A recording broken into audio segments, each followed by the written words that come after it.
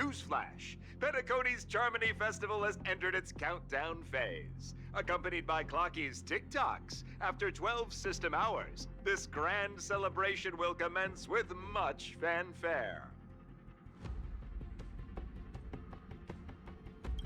I already told you! We can talk things out!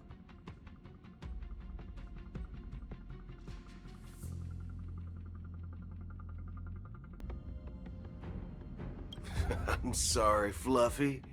I really have something urgent to attend to, so I had no choice but to resort to asking this favor of you all. Since you already know what you're doing, I'll also have to remind you of its risks. Hey, partner, what's with the hostility? I thought pulling this thing out was just a way of saying hello. For the last time, state your identity and purpose.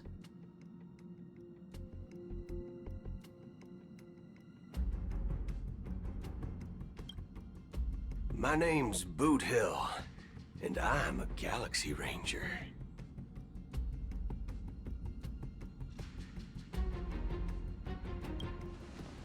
A Galaxy Ranger? You look like you've seen a ghost. Did you think we all went extinct? Well, that's the price you pay for being off-grid for too long.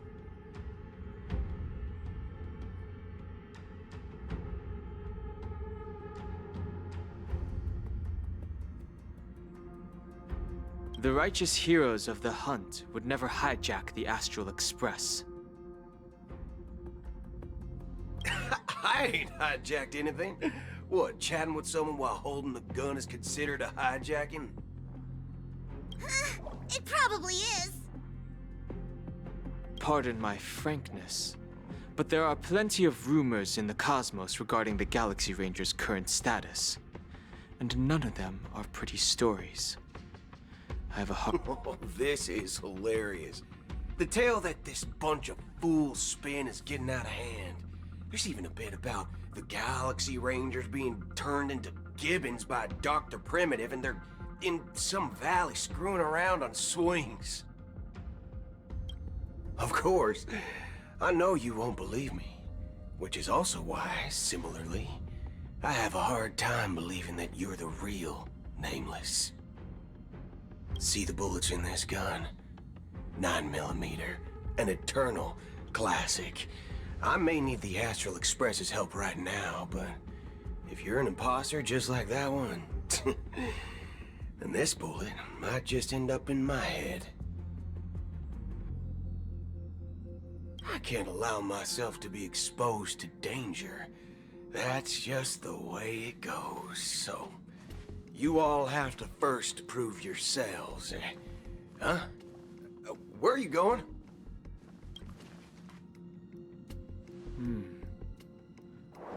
Recognize this? It's a model fudger. The Jade Abacus of Ally and Oath. The CN Joe really gave this to you guys? Model fudger? This is the Jade Abacus gifted to the Express by the Xianzhou Luofu's general, Jing Yuan. Its presence on board serves as the Xianzhou Alliance's official recognition of the Express. Is that enough? Not bad, kiddo. And across these sprawling stars, a gentle squeeze is all it takes to rustle up a whole legion of Cloud Knights. Now, I reckon that'd be one fudging sight to behold.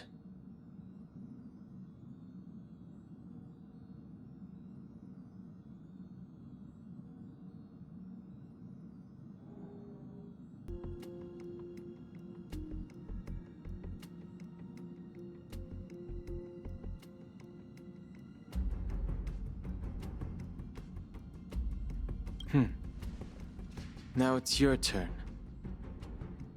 Been ages since the Galaxy Rangers had the spotlight shown on them. And we ain't equipped with such fancy gadgets. But I've been around the block enough to know the way to handle these types of situations is easy as pie. All right then. Feel free to toss any questions my way.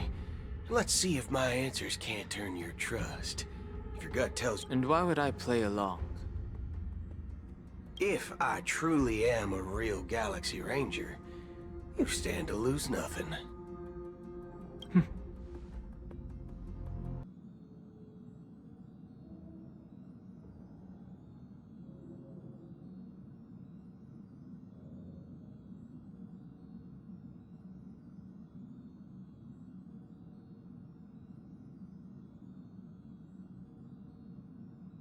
All right then.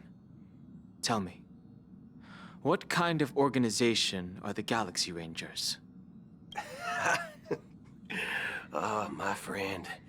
This question is a hard one. I don't think I can even consider us an organization to begin with.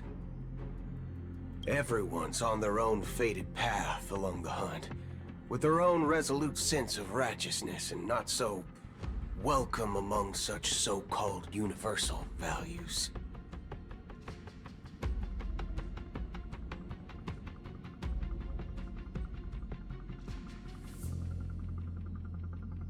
This reply does not instill trust. It only makes your predicament more precarious. I'm guessing you're gonna ask about some form of shared faith, right?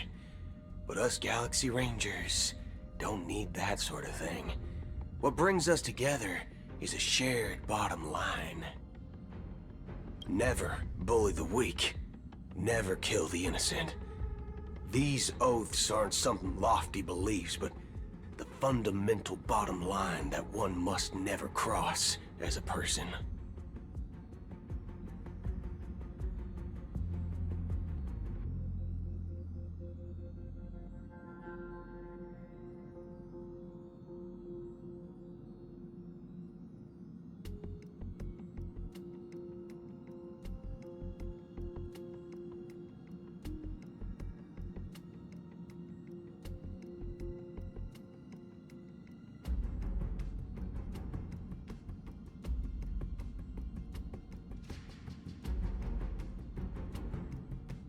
As Galaxy Rangers, we strictly adhere to the bottom line.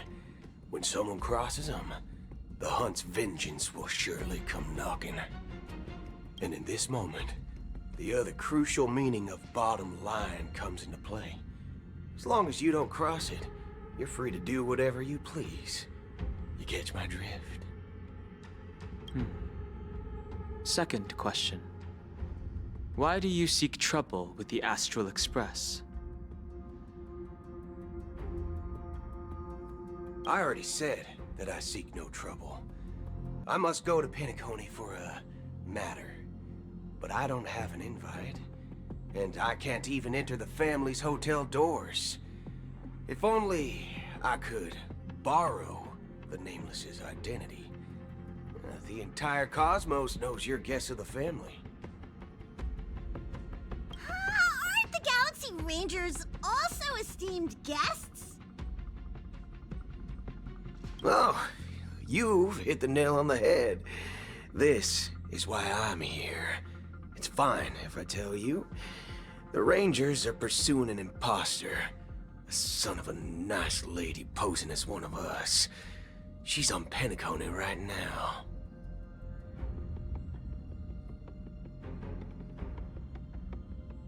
My informant is a memo keeper. She's the same as all mimetic organisms, appearing one moment and gone the next. She scares the fudge out of me. Still, she gave me some vital info. That Galaxy Ranger imposter.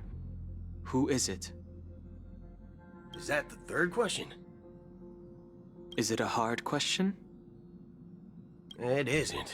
Just that you might not believe me. That person calls herself Acheron. And according to our informant, she could be an emanator of nihility. That's impossible. That's what I said. Don't worry. When I first received the news, I had the exact same reaction as you. IX never gives anyone so much as a first glance, and that's perfectly normal. What reason would they have to bequeath strength unto mortals?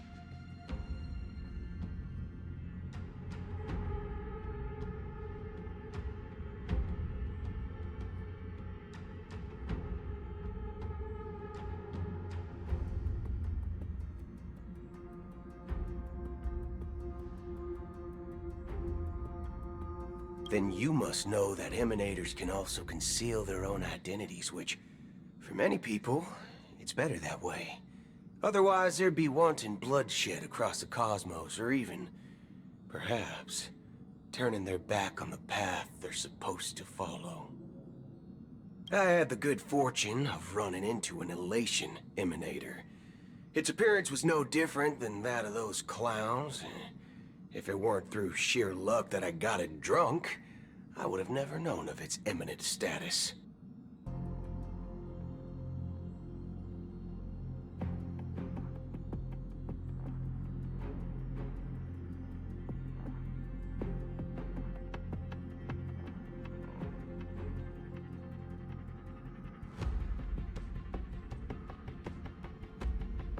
Even in the purest hunt, you'll find the Xianzhou Alliance under the spotlight and Galaxy Rangers lurking in the shadows.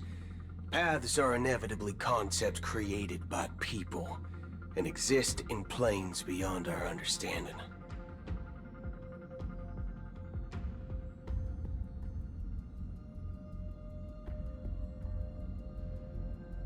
To reckon that nihility emanators don't exist, well, maybe we just ain't nihilistic enough.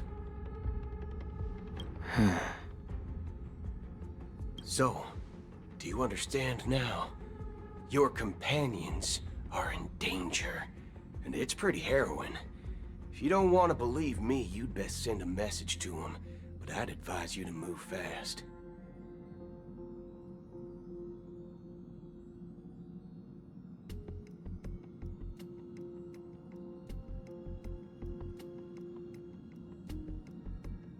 We don't know what's happening in the dreamscape or how much of what the memo keeper said is true.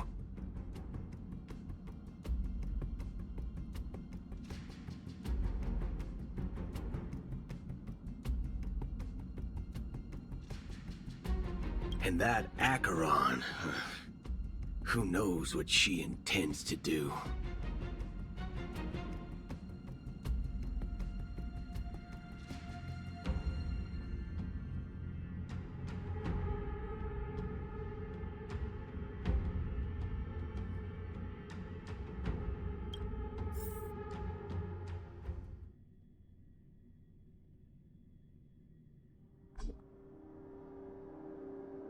I don't intend to do anything.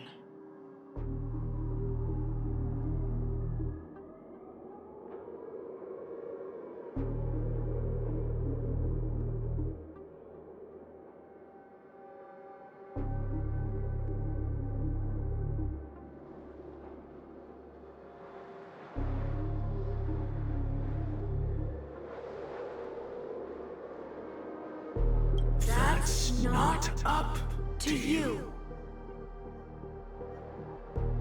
Did you know?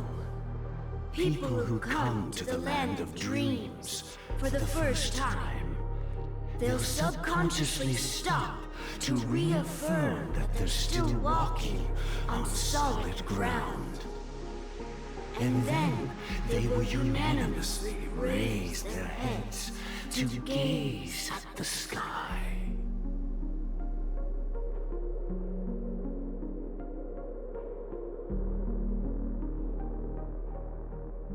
Be it reality or dream, staring at the sky is instinctual for humanity. Since the day that the golden hour was completed, it's always been there, watching over every single night of decadence. But now this night sky has been mercilessly severed, died with the mist of nihility. And this whole event happened within the course of a single slash of a blade. A single slash of a blade. Isn't really accurate. It was actually 2 blades, just that the second one was faster. That's not the point. Many guests who weren't supposed to be invited have gathered at this banquet. Even if the harmony is all-embracing, I have no choice but to show some of them the door. For the sake of Peniconia and the peace. The planet of festivities has no place for you, a puppet of nihility. Those who live in the shadows do not bear the right to tread the illuminated stage.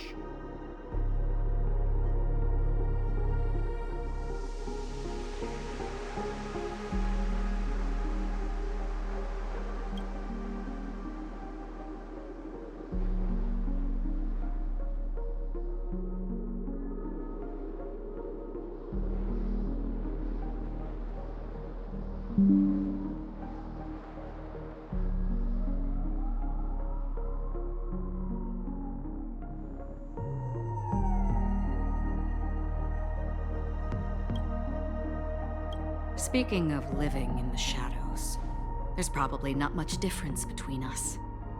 It's only polite to reveal your true self, at least when speaking to others. Penaconia's Dream Master.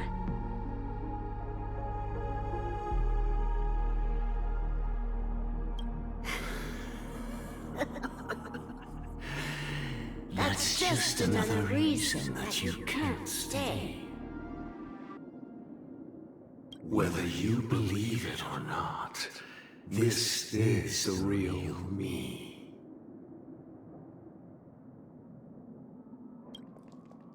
We are one.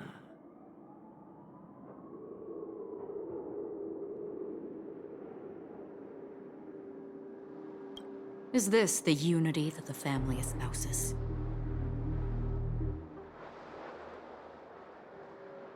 My mortal shell has long since dissipated. The Oak family's 107,336 offspring are now my eyes, ears, and mouths, spreading joy across dreams when required, and in times of essential need, exiling evil from this haven in my stead.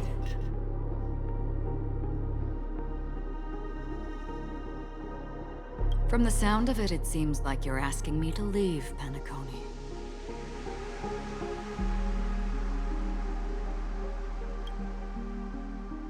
I am glad that you're an understanding one. Alas, I'm not asking. If you think you can. Are you threatening me? I ended it with a period. It was a statement, not a threat. Knowing who I am and still showing such malice. You're not the first, nor will you be the last. This scene played out many times before. And usually, when faced with my questions, most people retort, "Why can't I?"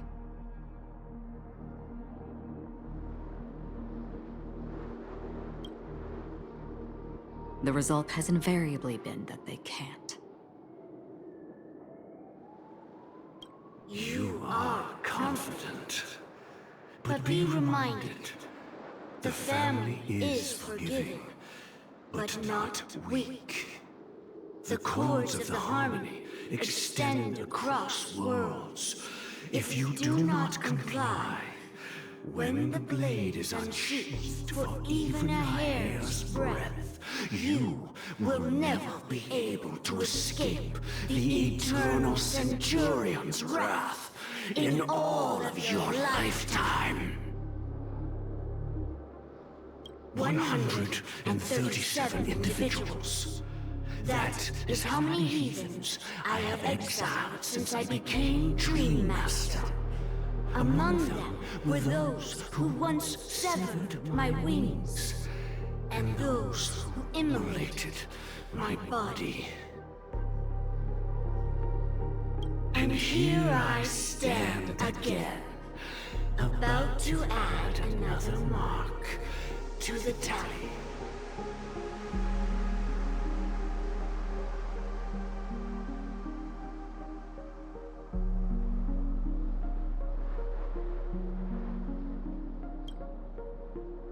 And you will die. I mean, all of you will.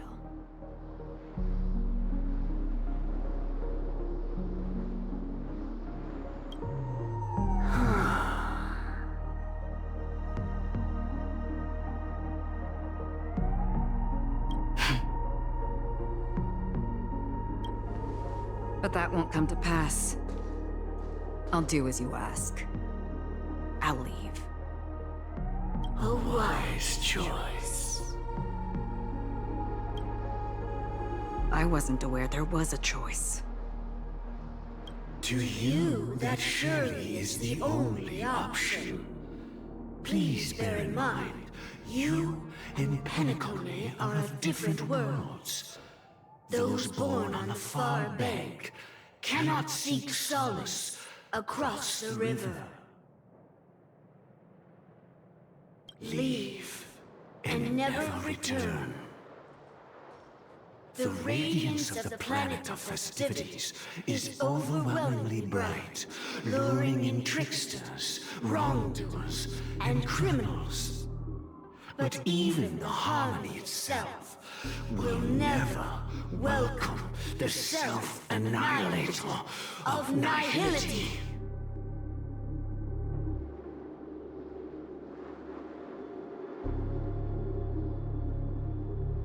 And even more so, when this self-annihilator heralds the destruction of everything.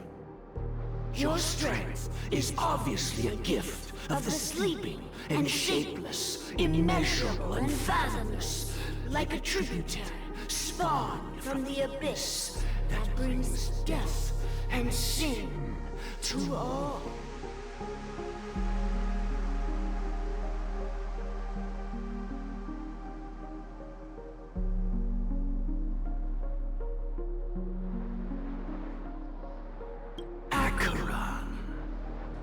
A befitting name.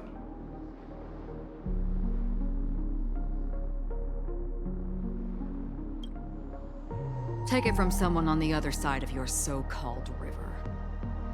You know better than I do that Peniconia has already deviated from the harmony. Whatever your intentions may be, I foresee only one outcome.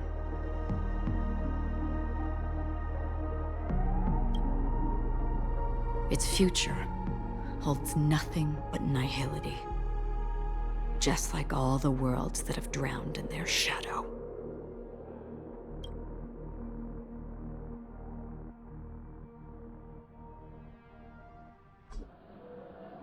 Attention, please. The unusual event that occurred moments ago was due to a technical malfunction at Clock Studios theme park. The family has promptly responded to secure the area, and we're happy to report that there have been no injuries.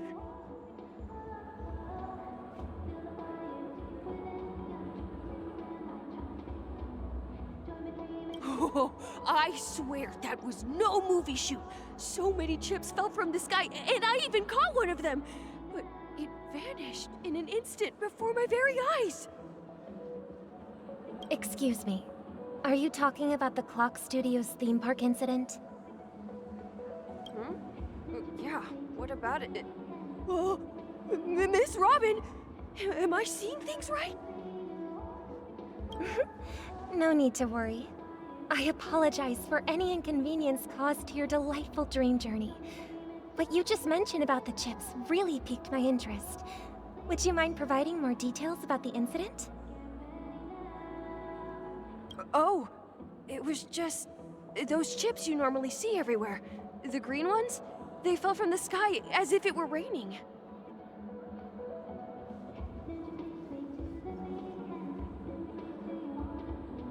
And then those chips simply disappeared. It appears to be the Dream Sim tech the Iris family has been developing.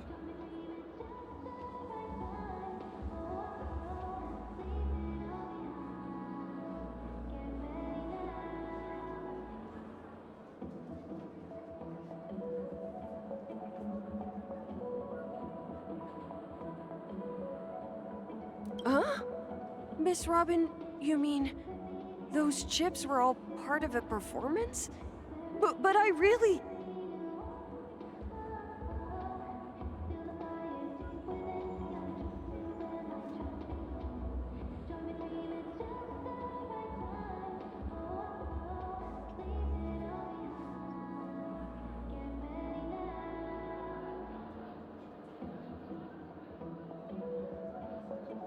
Shh.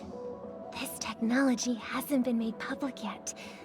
It was originally planned to debut at the Charmony Festival, but it seems it's been leaked. Can you help me keep this secret?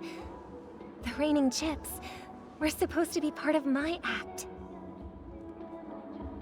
Oh, I see! Then it all makes sense now. I'll do anything to help make the Charmony Festival a success! Thank you. As appreciation, I'd like to give you a token gift. Oh, this button is... Press it at just the right moment in the celebration, and there could be an unexpected treat in store for you.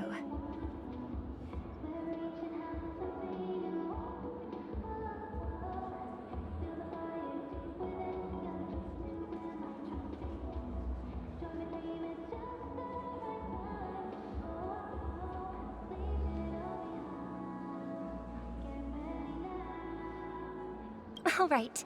It looks like there are other guests who are also confused. I'll have to excuse myself. Please, enjoy the dreamscape. So many people talking about it. This commotion at the theme park definitely made waves.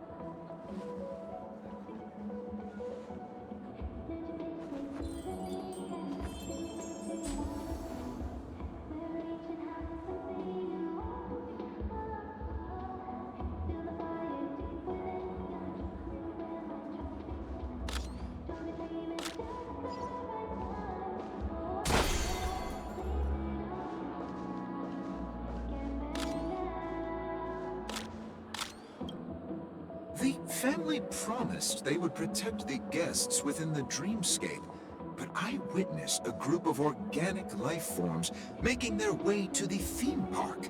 And soon after, a rip tore through the sky, and black rain started leaking out of the void.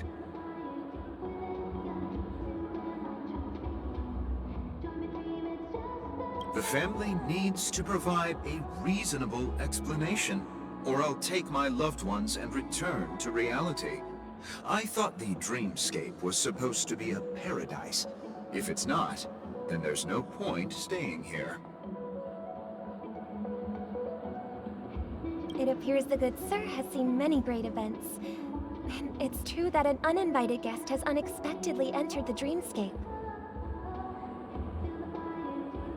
However, their target is not the ordinary guests, but the ambassadors of the IPC.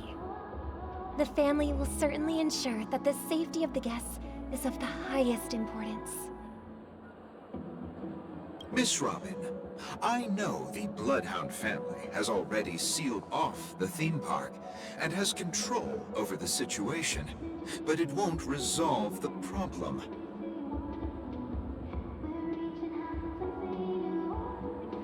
The family can try their best to protect their reputation, but as a guest, I don't wish to gamble with my life.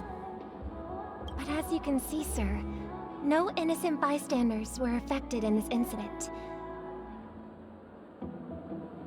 Perhaps the dreamscape is not as perfect as promised, but there's no place safer than dreams under the family's rule. I believe you know this better than I do. If this incident happened in real life, how many people would be able to walk away from it? I could stay here, but keep in mind, guests come to Peniconia to enjoy the dreamscapes. They do not wish to be entangled in a conflict between the family and the IPC, so let's not have any more unnecessary incidents.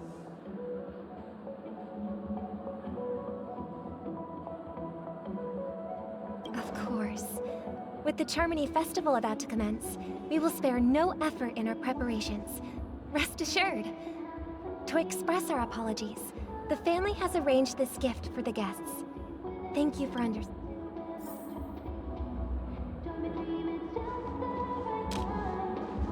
You've had quite a bit to drink. Sure you're okay? Hello. May I ask what happened here? Nothing to be worried about. There's been a small rehearsal mishap at Clock Studios theme park. Please stay calm.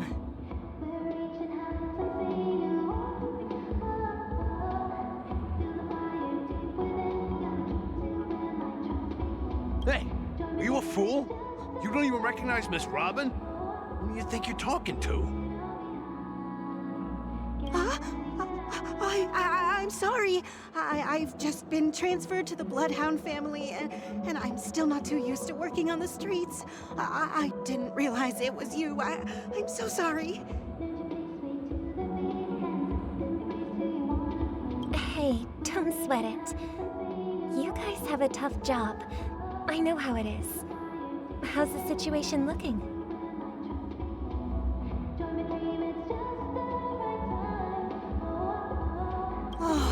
We've sealed off the theme park. Most guests are used to bizarre phenomena in the dreamscape, and so far, no threats have been detected. We can expect order to be restored soon.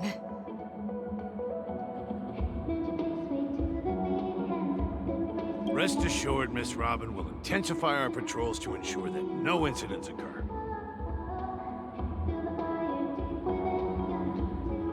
I trust you guys. But regarding what happened in the theme park, what do you hounds think about it? It's okay. Feel free to speak your mind. Well... Actually, I was there shortly after it happened. Is it true that the IPC's ambassadors came with ill intent? And that Galaxy Ranger who easily cut through the sky? Miss Robin, tell you the truth, everyone's been talking about it. The myriad factions on Peniconia have already been causing unease for everyone.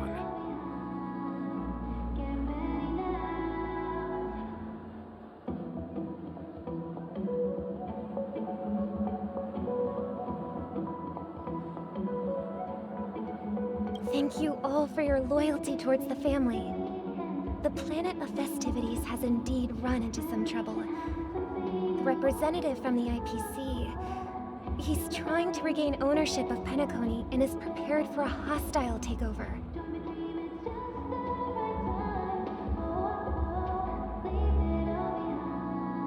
Of course, the family did not agree.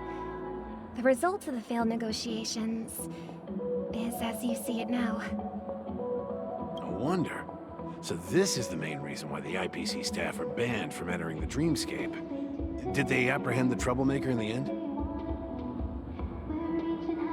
Don't worry. Mr. Sunday is currently tracking his whereabouts, and he'll have something to show for it soon. However, given the situation, the IPC surely won't let this go easily. Therefore, Please be assured, Miss Robin, we take our orders seriously. We won't let those IPC cronies get away with this.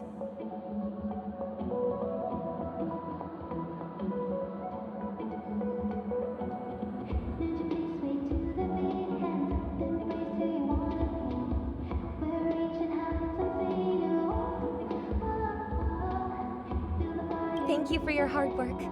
If there are any other members who still feel uneasy, please tell them this is a small gift prepared by the Iris family for the guests. There's one for you too. Please, open it at the Charmony Festival for an unexpected surprise. I can't believe I received a gift from Miss Robin. It feels like I'm dreaming. Wait, I am in a dream. If trouble comes knocking on our door, we're not afraid to go to war. Rest assured, the Dreamscape's peace will be protected by the Bloodhound family.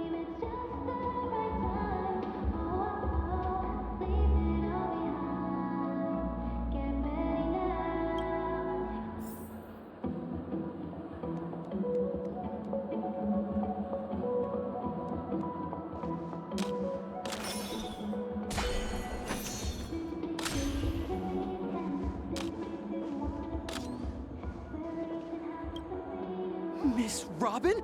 That's the renowned cosmic superstar, Miss Robin!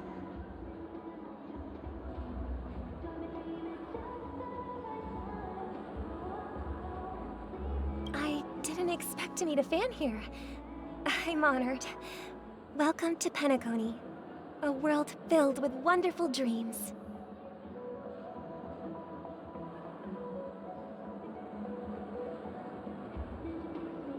I can't believe I'm actually meeting the real Robin! Shouldn't you be preparing for the Charmony Festival? Preparation is important, but the ceremony is fundamentally about sharing the Great One's harmony with everyone. If there's a chance to sing with everyone, I will not refuse. Regarding the recent mishap, I understand it negatively impacted some of our guests. As a member of the family, it's only right for me to come forward and offer my apologies to everyone.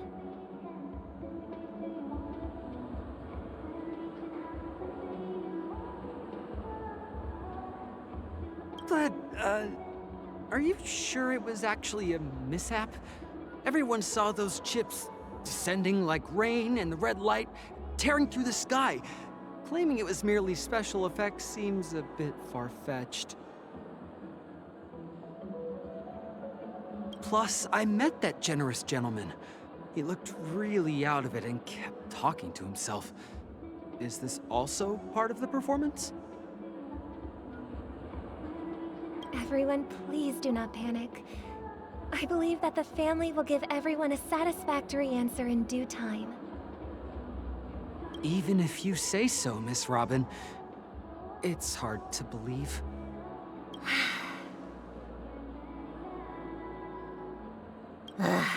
Some people just never listen, do they? It's never ending. It just goes on and on.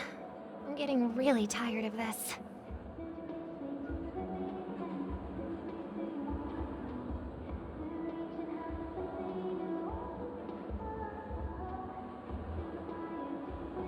Miss Robin?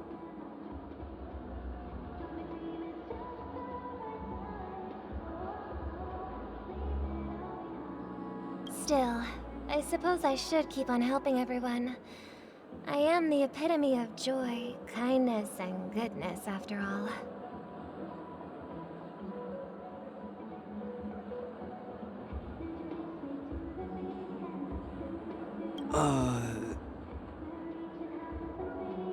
Huh? What was I just doing? And, who might you be, miss? Here, take this, little guest. This gift has been specially prepared for you by the family. Make sure to take good care of it until the opening of the Charmony Festival. Then, when the show reaches its climax, press the button together with the others around you. You never know. Something very exciting might happen.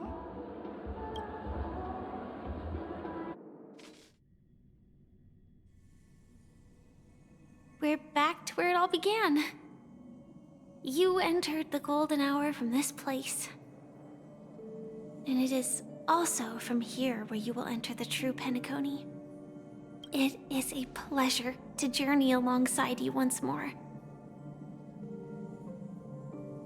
But it's time I laid bare the entire truth before you. As you might have heard, I also go by another name. Stellaron Hunter Sam.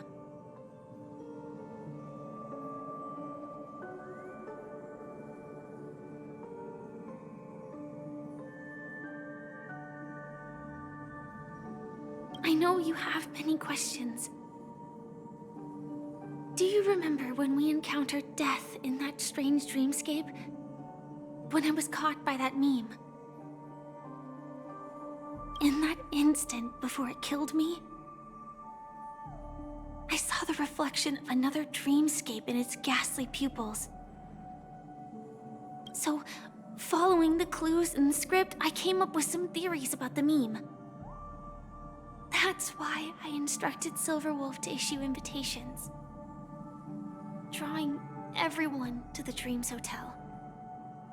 I intended to call upon death before you arrived, to solve the riddle using more direct means, and then invite you to join. However, contrary to my wishes, I couldn't defy the script. And I didn't get a chance to explain it to you. It is how you see now. I was impaled by the bladed wings of death.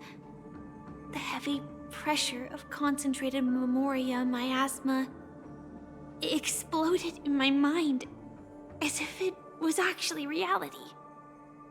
But after the momentary numbness subsided, I found that my body was absolutely unscathed. I was still alive. And it was just as I thought. I had arrived at a place starkly different from this beautiful dream. Beneath the dreamscape of Peniconia lies another, more chaotic, more primal memory zone. Its name? Land of the Exiles. And so, then I returned to the hotel in the dreamscape, hoping to tell you of its existence. Yet I could not reveal my own identity. So, I could only divert your party's attention and lure you away from the battlefield. And after, all my attempts proved futile. It wasn't until not long ago when a crimson blade of light shattered the high wall of the dream, causing you all to fall far into the abyssal depths of the dreamscape, that I was able to awaken you and your companions one by one.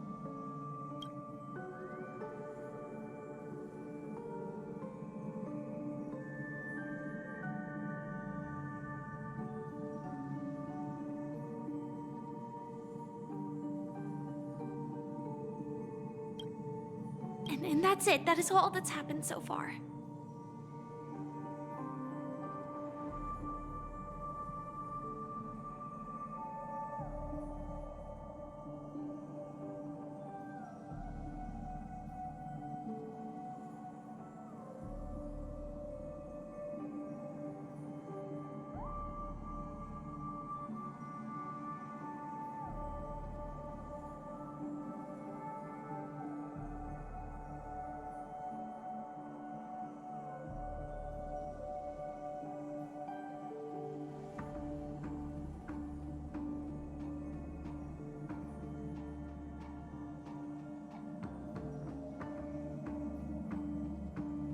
I know it's tough to believe all this without reservations.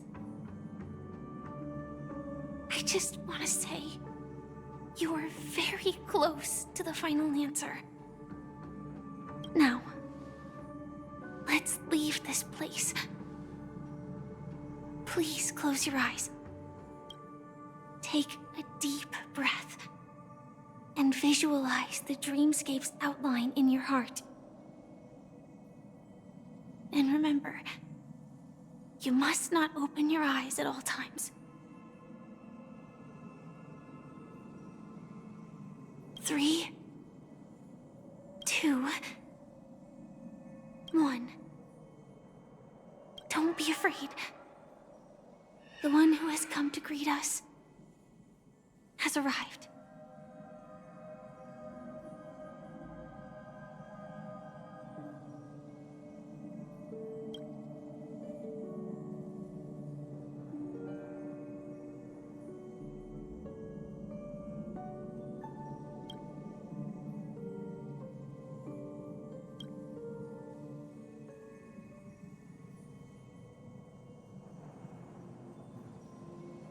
I never knew you could do this.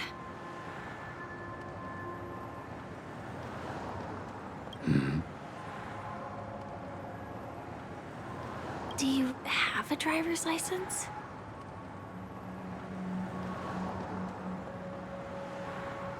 I do.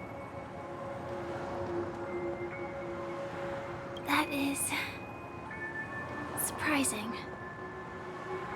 Why? Because this is Japella, the city of sins?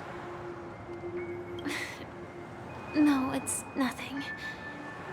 I'm just thinking that you haven't slept in 20 system hours. Are you sure you're okay? I'm fine. I'll survive. Same go- I'm not so sure about that. Slow down a bit.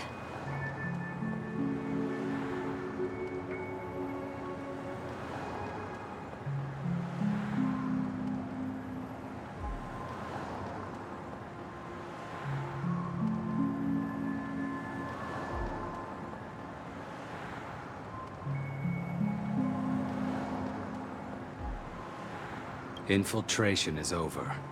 Feel free to activate Sam anytime you'd like. There's still some time before the next part of the script unfolds. Let me stay a little longer in this body.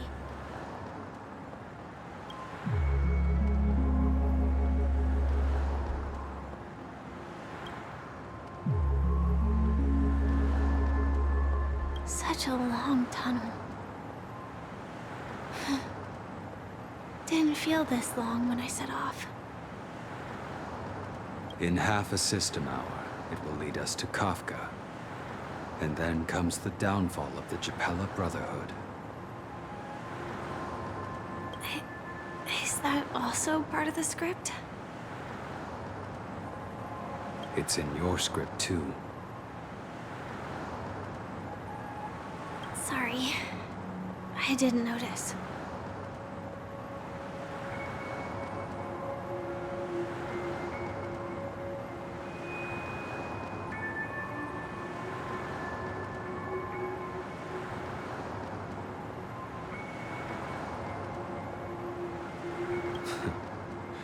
Their destiny won't change just because of your selective ignorance.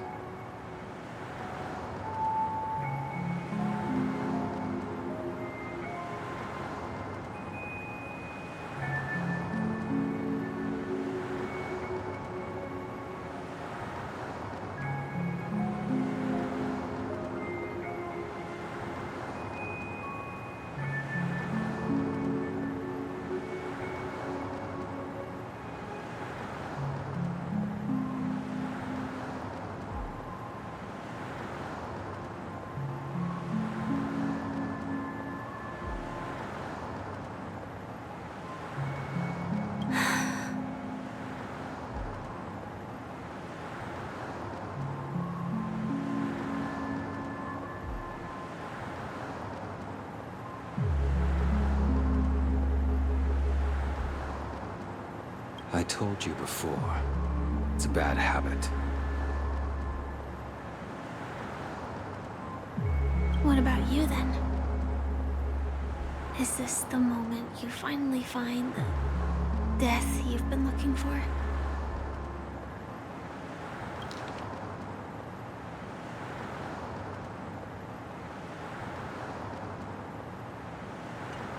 As always, it's a blank slate. It's not on this planet. Why the sudden inquiry? Because I'm currently in a car with a sleep-deprived driver. I just want to get there in one piece.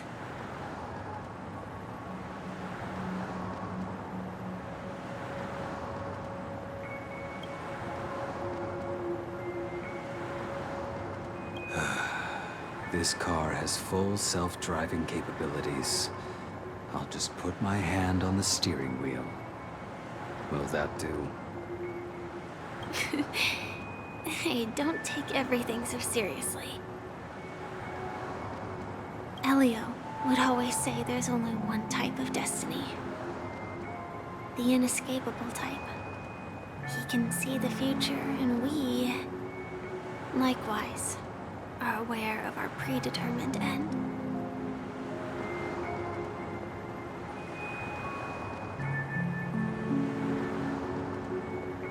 But before that moment arrives, we can still choose what we do. We all have this right, don't we? After today, Japella's name will disappear from cosmic history, and the Everflame Mansion will take its place. In the not-too-distant future, you'll receive an invitation. That's your next stop. Land of the Dreams. Peniconia. I hope you find whatever you seek there. Be it answers, or...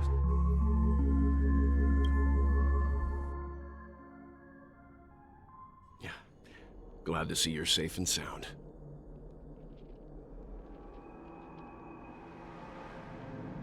Close your eyes.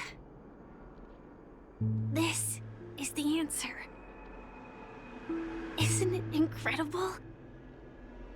The monster that we have always known as Death is actually the guardian of the land of the exiles. It abides by a certain rule, abducting people from their dreams and bringing them here.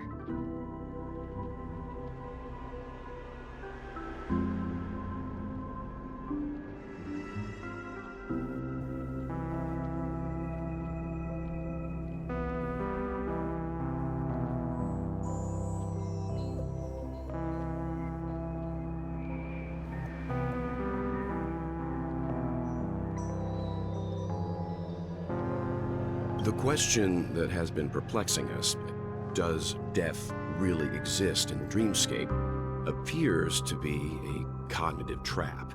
It was laid by those orchestrating events from the shadows to cover up the truth behind the disappearances and the existence of this fortress known as Dreamflux Reef. Every emergence of that meme is related to the Watchmaker. Since Dreamflux Reef is where it brings its captives, it's likely that many of our long-standing questions will be answered in this place. The atmosphere here is starkly different from the beautiful dream. There are no regulators here like the family. And they all look like they're mildly dazed. But from the whispers of the residents, they've heard a familiar name. Gallagher. It's that man again. Always in the right place at the right time. Though that does save us the trouble of looking for him. Himiko and March have already made a move. Get ready. We're about to set off.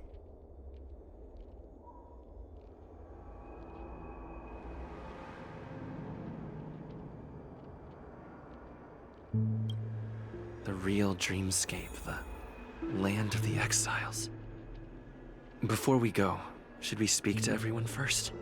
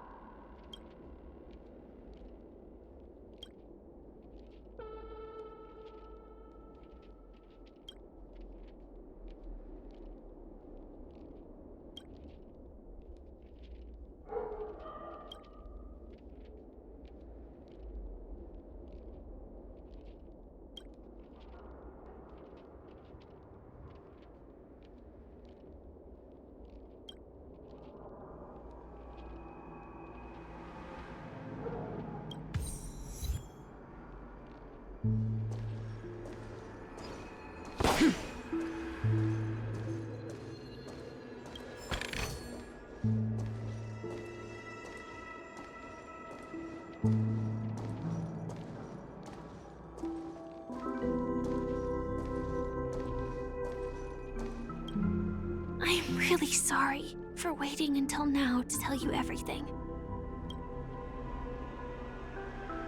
2 reasons.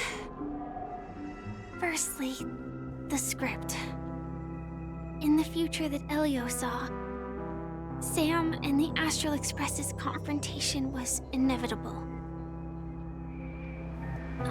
That aside, there were also my personal motives. I wished to travel with you as Firefly,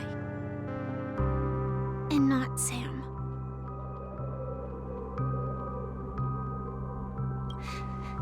Thank you.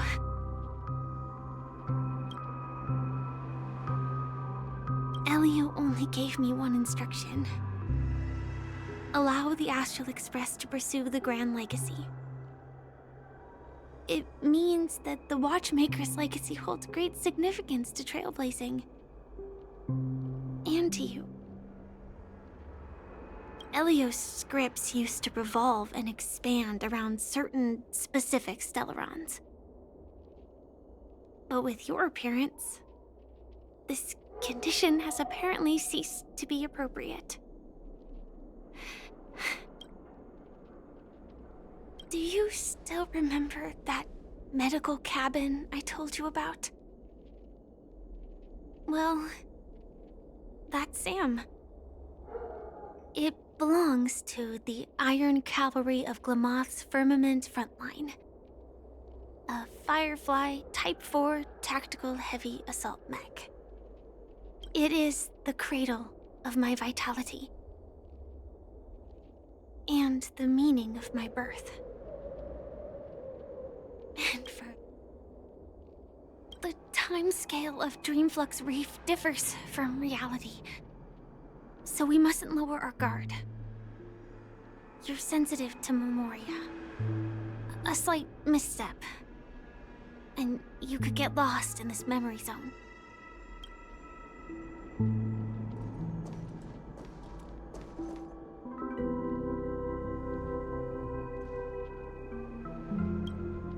Something on your mind? Let's talk about it.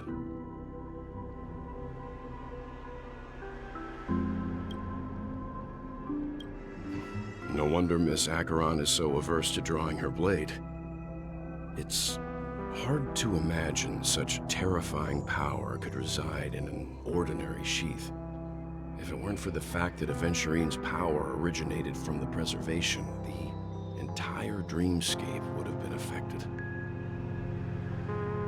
Don't feel burdened by this. Even without that Stellaron inside you, Aventurine would still have found other methods to accomplish his goal. Let's just believe in Miss Acheron. And given her prowess, I don't think we've got anything to worry about. During your investigation, he shared a vital piece of information. Mikhail, the former watchmaker who collaborated with the family to construct the Peniconia we're familiar with today, had a falling out with the family for specific reasons. But this is precisely where the problem lies. You were clearly investigating a murder, so then why, as a security officer, is he changing the subject to talk about his past with the watchmaker? And now, with Firefly mentioning his name again, it's hard not to be suspicious. Before we found you, she'd already revealed her Stellaron Hunter identity and shared a lot of information.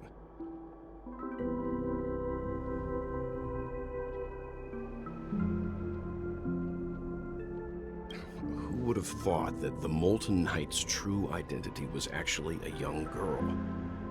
For her, this is a secret that she cannot allow others to know.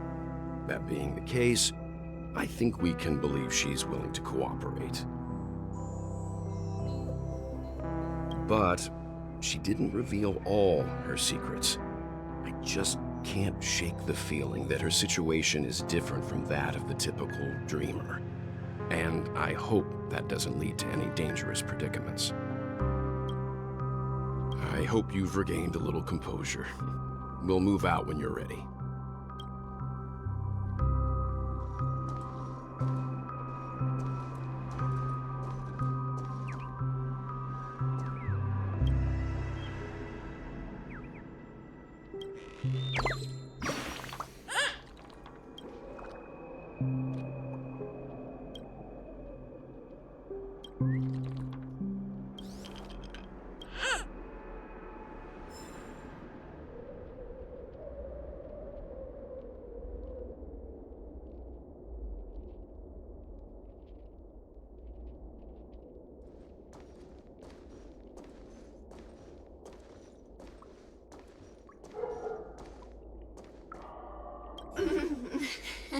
Welcome to heaven. Dreams, true or false, all are ephemeral. Might as well drink more Soul Glad instead.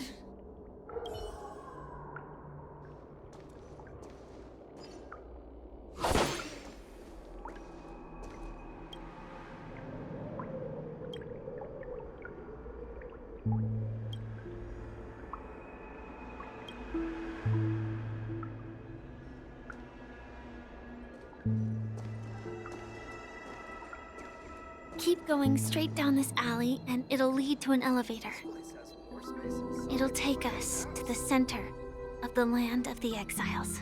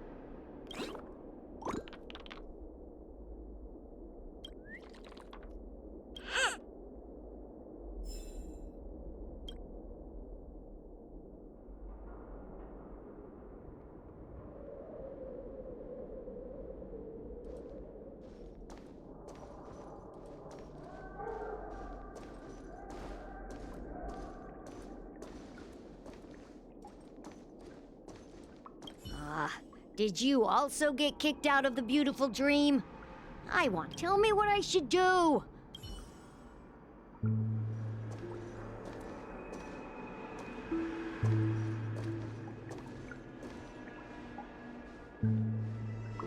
Hi there, I hear the Watchmaker's legacy is right here. Let's say we go treasure hunting.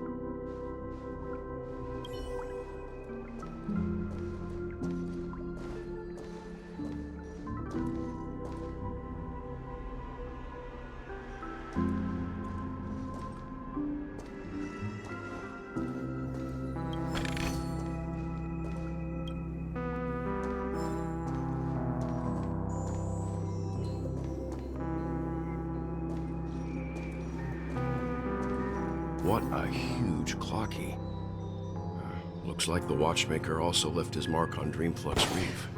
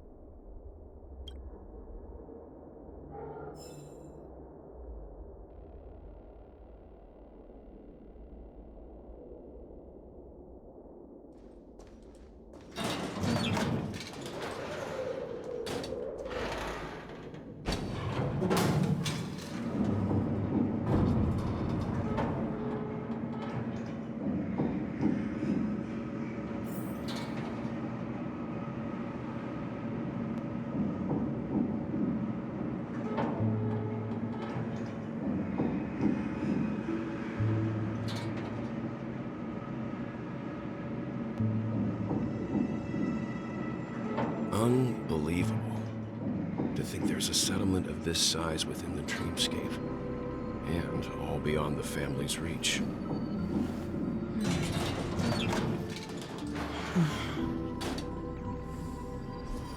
The atmosphere in this fortress is pretty different from that in the beautiful dream.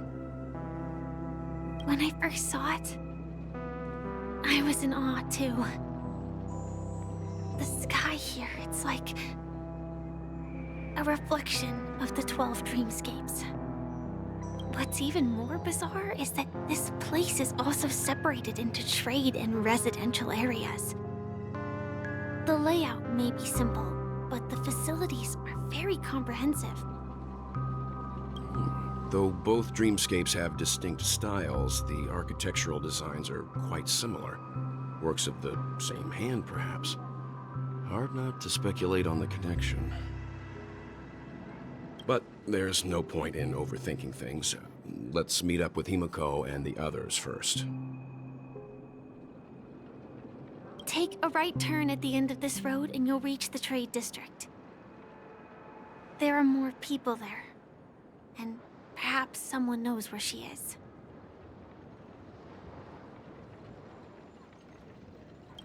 Not coming with us?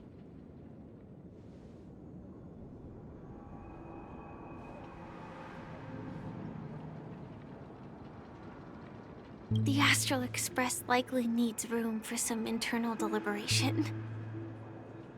In the meantime, I'll try and locate Gallagher. Sure.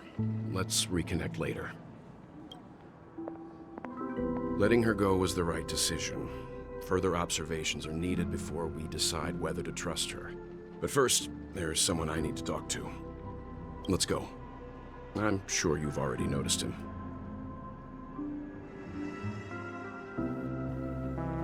He's right over there. The Reverie Hotel's bellboy. How did he end up here? And right after Miss Acheron severed the beautiful dream. We'd better check, just to be sure. This can is perfect.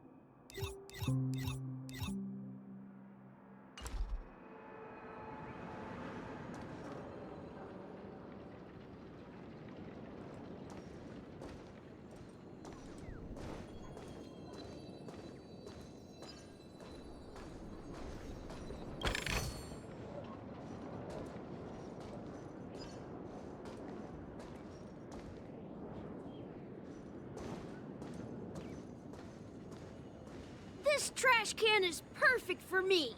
And perfectly legal for me to stay in. Huh? You're the guest from before.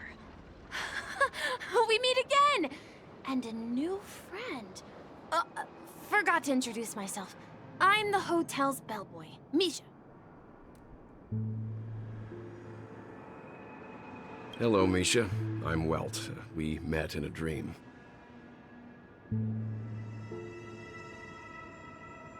Oh. And who might this be? Tick-tock!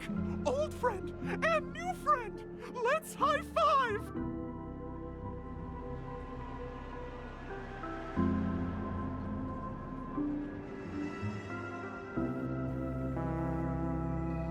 Your, memory zone meme?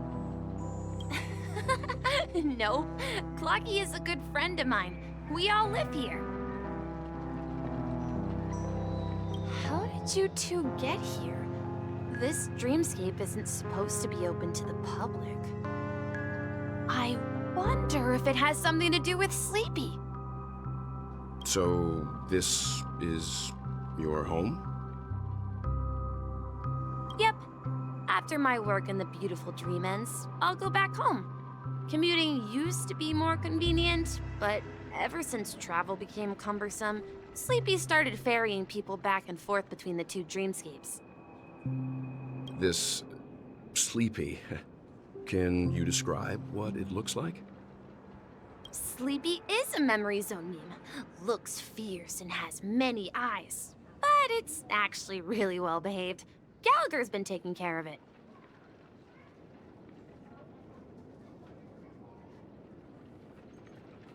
Based on the description, that meme is indisputably death. A nightmare for the family, but for the people who live here, well, that couldn't be further from the truth.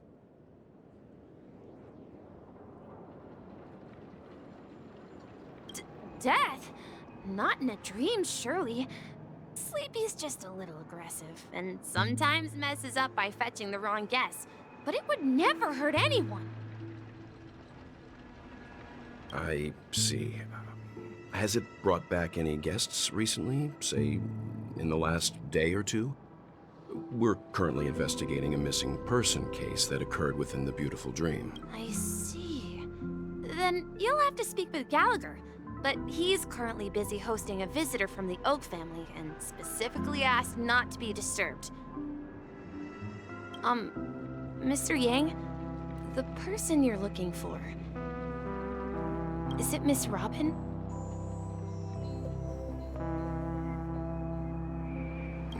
Just as I thought.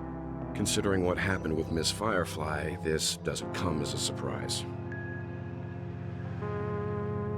If you're looking for Miss Robin, I can lead the way. She told me that she'd be willing to meet with outside guests. If it's not too much trouble. Also, we're looking for our missing companions. A woman with red hair accompanied by a girl with pink hair. Have you seen them? Oh, I haven't. But please, rest assured. Dreamflux Reef is a small place, and it's not as bustling as the beautiful dream, but its safety is unmatched. How about this? Since it's your first time here in Dreamflux Reef, I'll be your guide and help you find your companions. And then we can all go visit Miss Robin together. She's gone to Mrs. Grace's to visit the children. She won't be leaving anytime soon, so there should be enough time.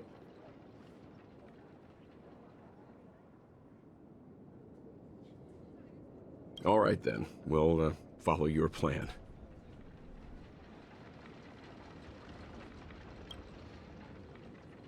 Well, we now know the answer to both murder cases that have caused such commotion in Peniconia. As for the intentions of the mastermind behind it all, we're still none the wiser.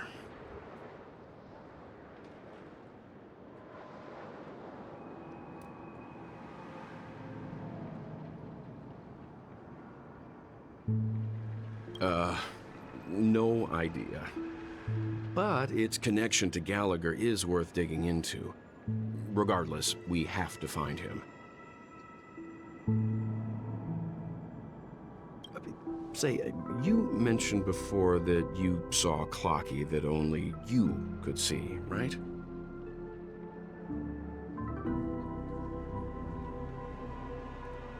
I can't shake off this strange feeling.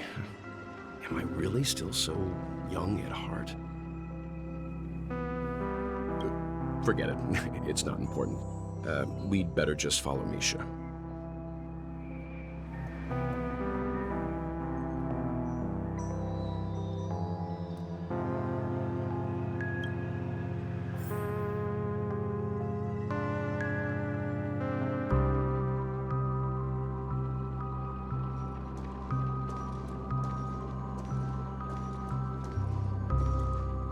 This trash can is perfect for me, and perfectly legal for me to stay in.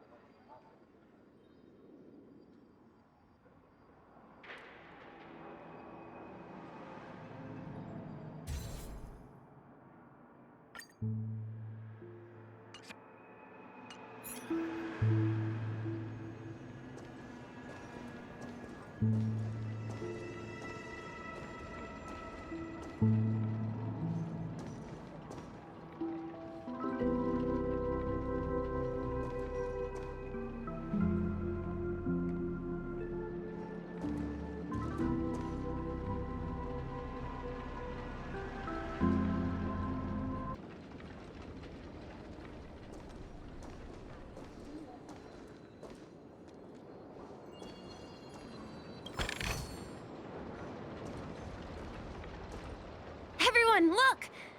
From here, you can see the most spectacular view of Dreamflux Reef. A black hole? No. An accretion disk formed from consolidated memoria? Was Dreamflux Reef built on such unstable memoria?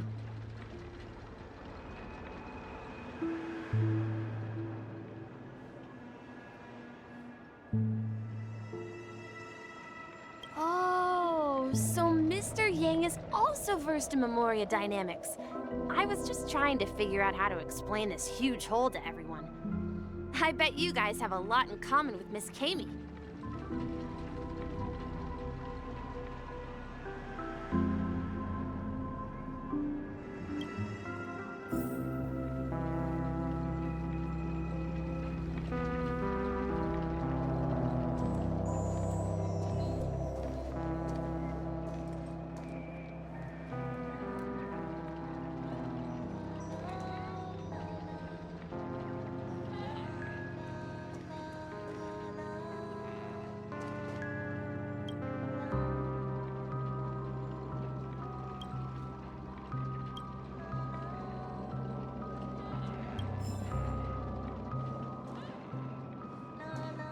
Look! There she is!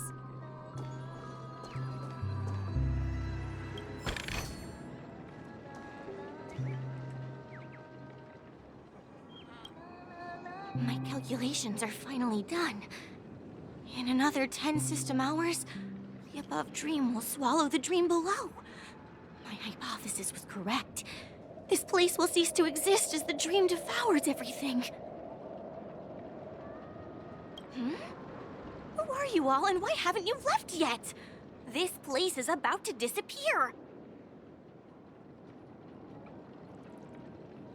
I'm Kami, a dreamscape surveyor specializing in memoria dynamics, and this is my life's work that I'm researching. See that huge gaping hole? It was just a narrow rift many years ago. But now, it's grown into a giant hole. The surrounding memoria has been flowing towards the other end of the hole at a constant velocity, slowly but surely. But the scary part is, according to my calculations, the flow rate of memoria has recently changed, and it's faster than ever before. It's almost as if something is sucking it in from the other side. By constantly improving upon Madame Rosalina's memoria measurement method, I've finally obtained accurate results. After 10 system hours, the Dreamflux Reef will cease to exist. Just like the melting of glaciers, everything will crumble and disintegrate. The dreams on that side of the void will fuse into one. Please don't worry. This sort of thing has happened many times before. Miss Katie isn't a bad person. She's just a bit lost in her own world. She'll probably realize she's wrong soon enough.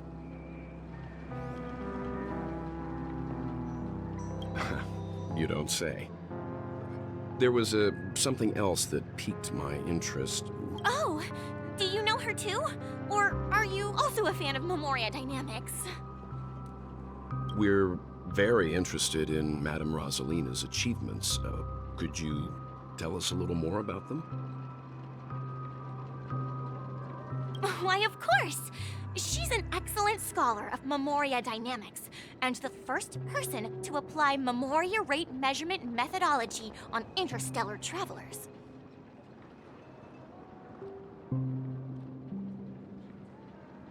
Regrettably, due to the presence of the Garden of Recollection, ordinary people don't pay much attention to the nature of Memoria.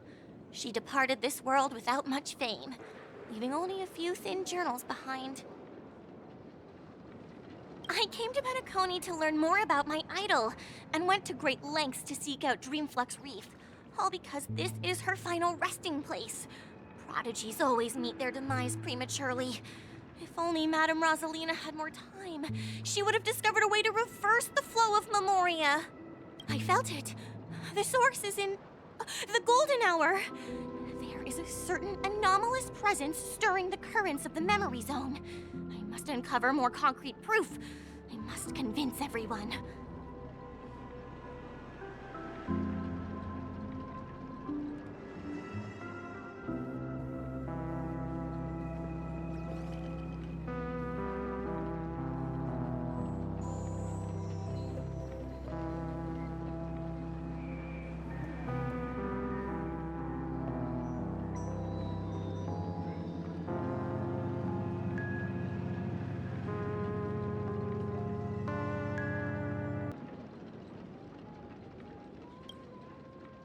Does the name Madame Rosalina sound familiar to you?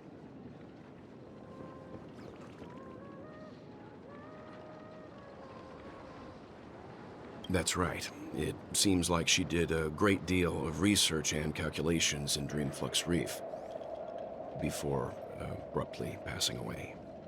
Miss Katie regularly mentions her. I hear Madame Rosalina passed away during the prison war. She could see the Pentaconia of today. Its people building homes in the memory zone. I bet she'd be really happy. Perhaps. Our destination is the commercial district. That's where the largest crowds gather in Dreamflux Reef. We might be able to find the others there.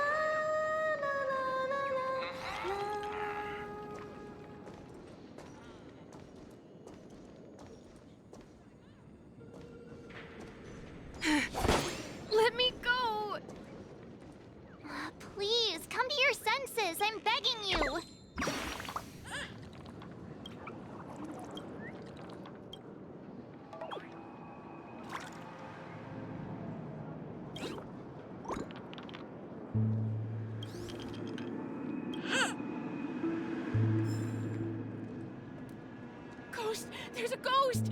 Don't come near me! Oh my. I'm human and so are you. Can you get a grip? Mr. Yang and Mr. Trailblazer, I've been waiting for you. Quickly, come help. I bumped into a member of the family on the way here. He was so scared and I just wanted to calm him down. But... Let me go! Let me go! I've only done good in my life. Why can't I rest in peace after death? Well, this is how it turned out.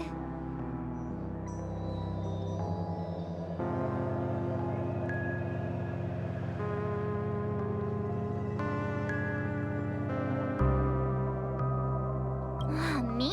A ghost? Don't make me hit you. He thinks he's dead. Although, when I first fell in, I also thought the same. Dear guest, this is not the afterlife. This is Dreamflux Reef. That's right. Did you hear that? Repeat after me. Dream Flux Reef.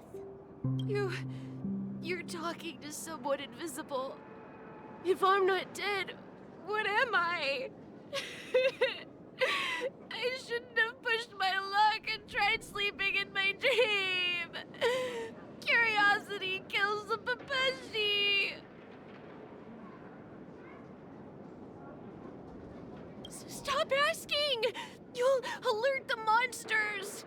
All the dead are right here. All of them!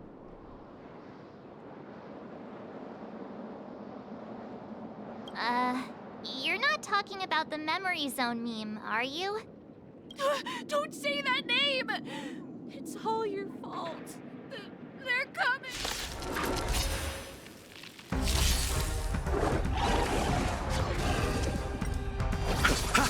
Stand still.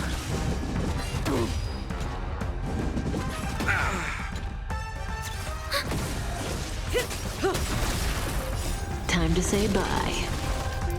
Boom.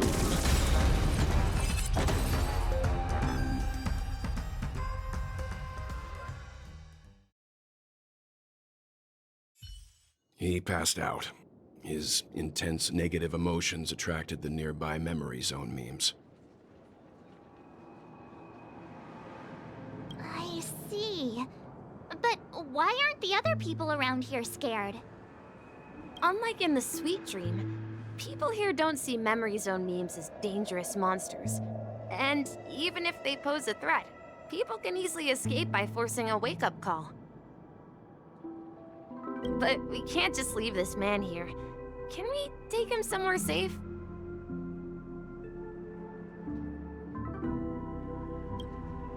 We can ask Jessie for help.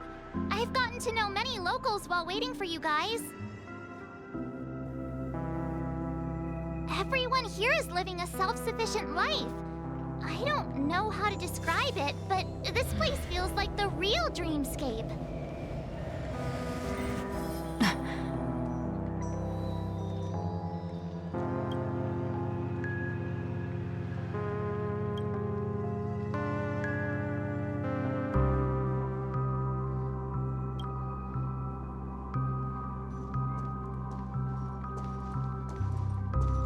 I remember when this place was all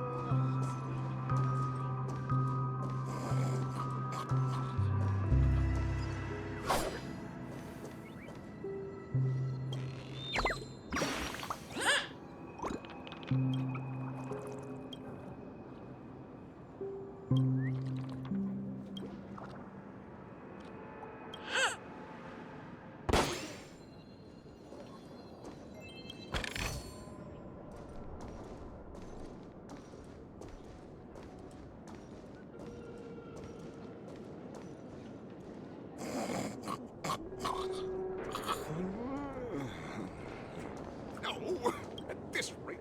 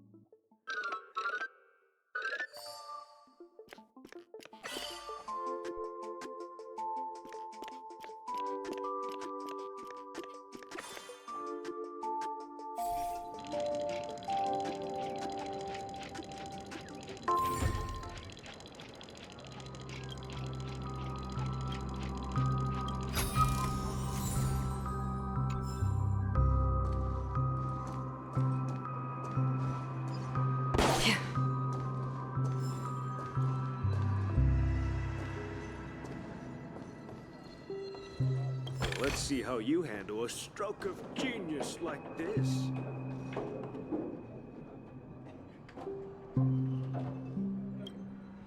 Evening, Jesse. Is it evening?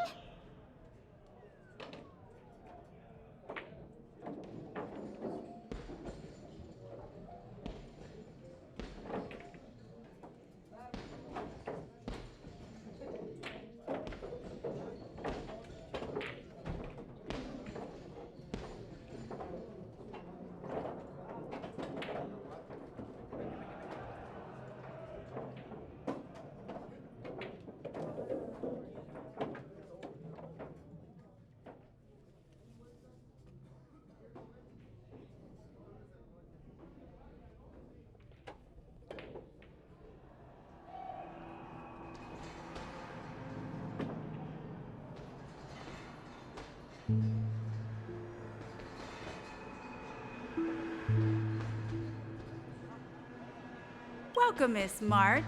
Who might these be? These two are my friends. As for the man lying on the ground, he's a scaredy cat who fainted from fright.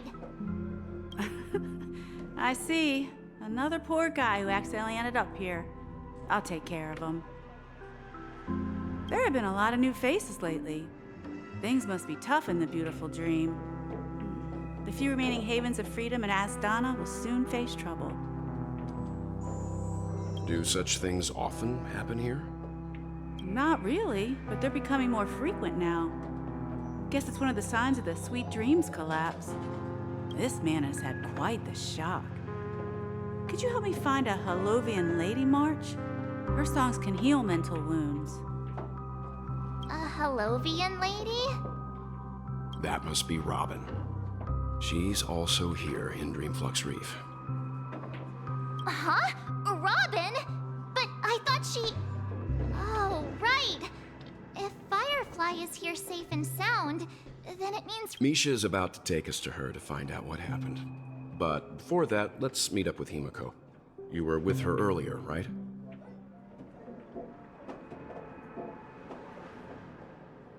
We met some stowaways in the residential area. Most of them came from neighboring star systems. I heard that places like Dreamflux Reef are scattered throughout the memory zone of Asdana, like islands in the ocean. They existed before the family arrived. I also heard that when Dreamflux Reef took shape, it was the center of all dreamscapes in Pentaconia.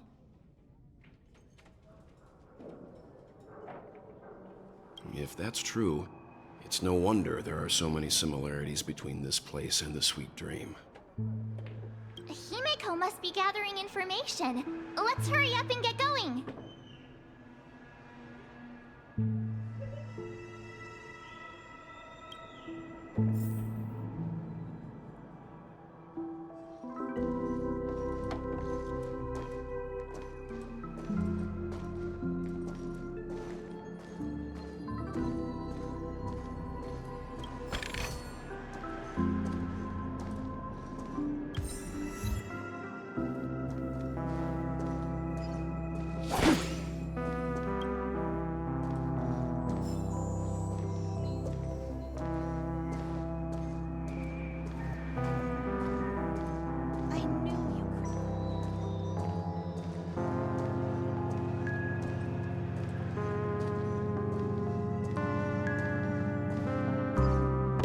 Let's have a toast to dreamscape.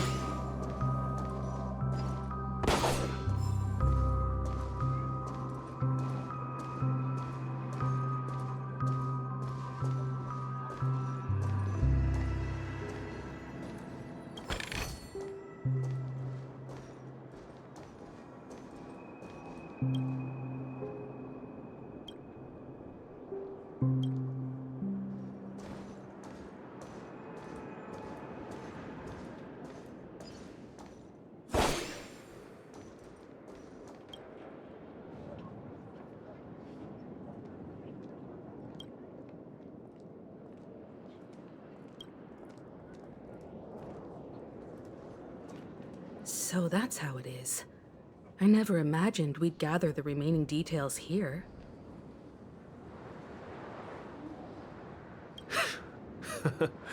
To borrow Gallagher's catchphrase, what an unpredictable twist of fate.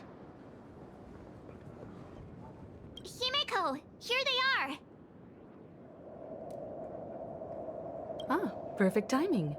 Now that everyone's here, I'd like to introduce everyone to Micah, who's partly in charge of the land of the exiles. Micah, these are my companions.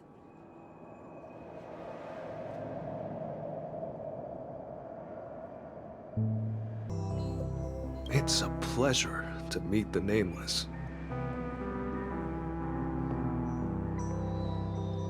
You know us? I've been keeping an eye on you since the day you arrived in Peniconia. We would have met under more appropriate circumstances if Dreamflux Reef hadn't been isolated from the 12 dreamscapes.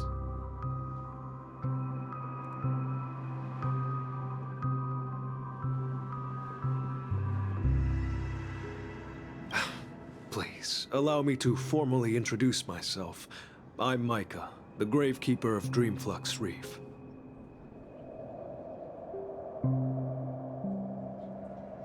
Gravekeeper? Life in Dreamflux Reef is pretty liberating. Everyone here mostly keeps to themselves, without meddling in others' affairs. My daily task involves cleaning a few tombstones.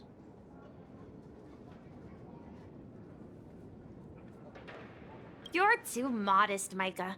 When lost dream chasers stumble upon this place, you're the one who takes care of them, guiding them back to the sweet dream, or showing them how to survive the wild dream chaos. So, guardian of sorts. Were you talking to me, Mr. Yang?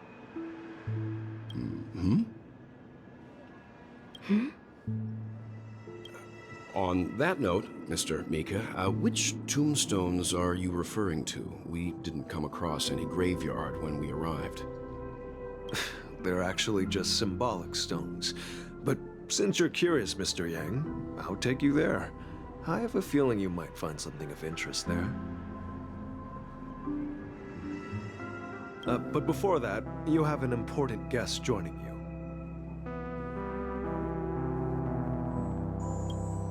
An important guest? Who could it be? This way, please. The roads here at Dreamflux Reef are a bit run down, so watch your step.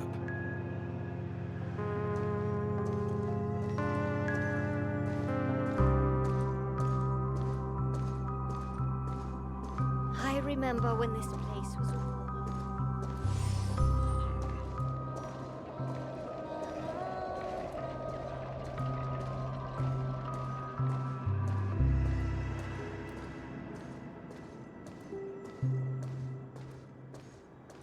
There she is.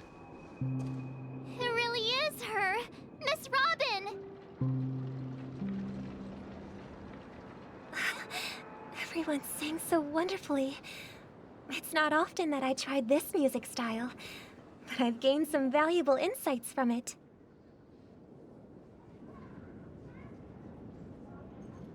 Oh, I can't thank you enough, Robin. Well, these kids have made incredible progress in only a few days.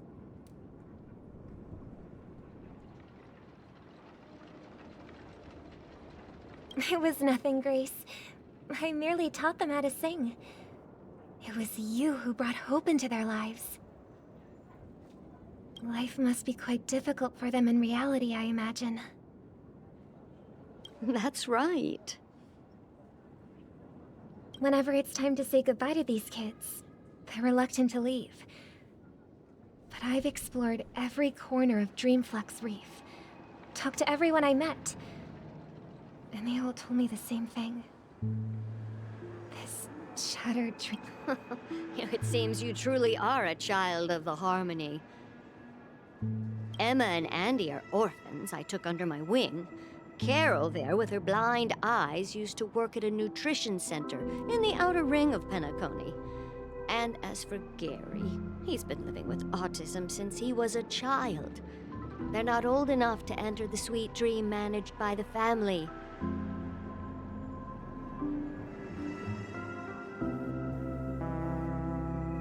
If we compare people to birds, these kids are like fledglings with impaired wings. But in this dream, well, they can fly freely. Even if they stumble along the way, well, they're still relying on their own strength. And me, an old lady with no legs. Well, without this dream, I couldn't even walk toward them.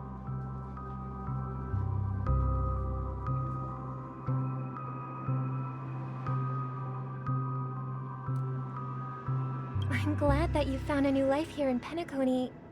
It's just... Don't worry, Robin. Dreams have their significance, but they aren't everything. Both the children and I understand this. No matter how long we fly through this dream, we will one day return to reality. But you know what? Emma and Gary aren't plagued by their insecurities anymore. No, and Carol is learning how to cope with her blindness. And Andy is livelier than ever. Well, even I've become more optimistic. You see, in dreams, we learn how to live. Once we return to reality, we learn how to survive.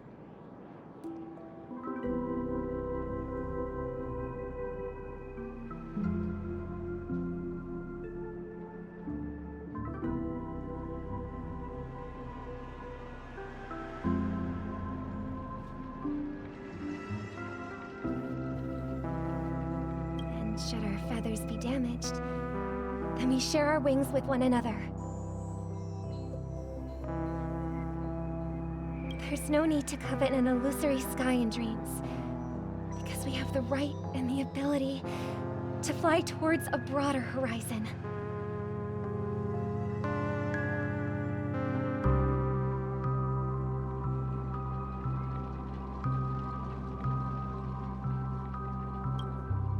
It's a relief to see you safe and sound, Miss Robin.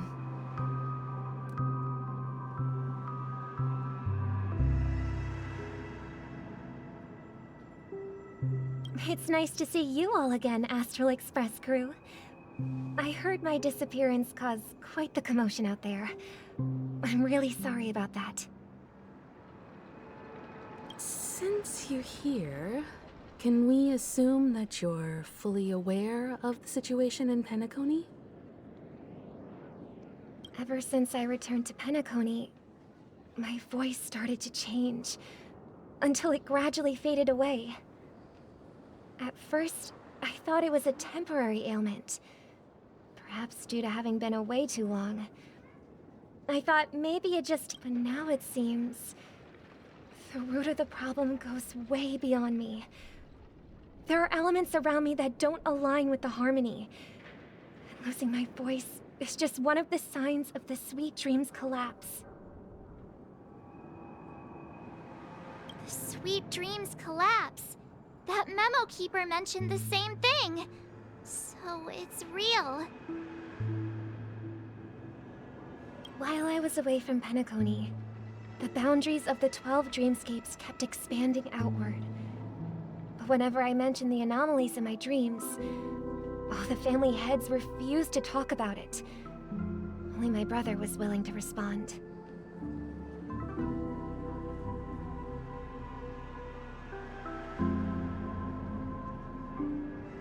Later, I discovered the secret letters from the IPC ambassador, which further convinced me that there are hidden secrets beneath the surface of Peniconia. So, following the clues in the Oak family's dossiers, the land of the exiles, concealed by the family under the guise of death. A dream within a dream, where Peniconia's past is buried.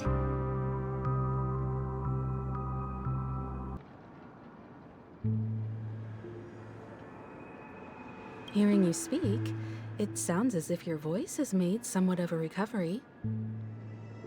I hate to admit it, but the harmony in this place resonates more broadly than within the sweet dream. It's regrettable, but the family has experienced betrayal. The traitor, or traitors, abandoned their original principles and, using the name of harmony, exploited people's weaknesses to turn Peniconia into the planet of festivities, trapping everyone in the illusion of the sweet dream. This is not the strong defending the weak, but rather the strong exploiting the weak. A world without equality won't ever be favored by the harmony. And naturally, those voices blessed by them have lost the ability to sing. Could there be another force influencing the family's shift in philosophy, Miss Robin? Considering what happened with Acheron, it's difficult to conceive of another entity within the realm of the harmony capable of influencing everyone. Unless a power surpassing that of an emanator is involved. I'd heard about what happened to the Xianzhou Alliance. But as far as I'm aware, the family hasn't faced any such external interventions. Who knows? Perhaps I've just been away too long and missed something. Regardless, I cannot accept my home is moving towards the very opposite of what the harmony represents, while still claiming to uphold it.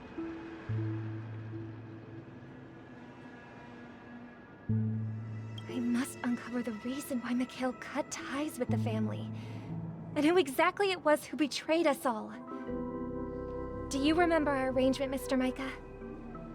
Well, here's my answer.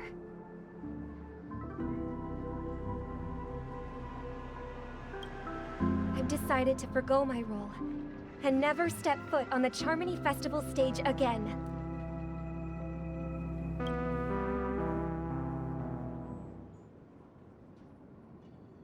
Look here, brother. A little bird.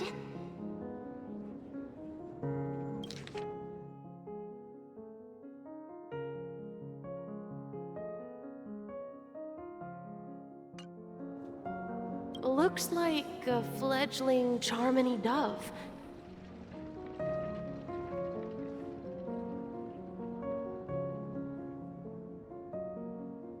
But Charmony doves don't live here. So how did this little bird get here? Maybe its parents abandoned it?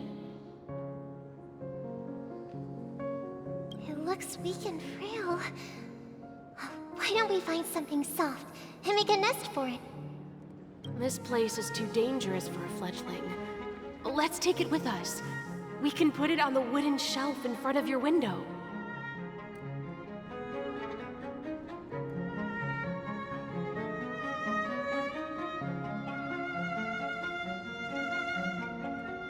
Okay. A bird like that must have a beautiful singing voice. But where will it live? I'll ask the family head to build a cage for it.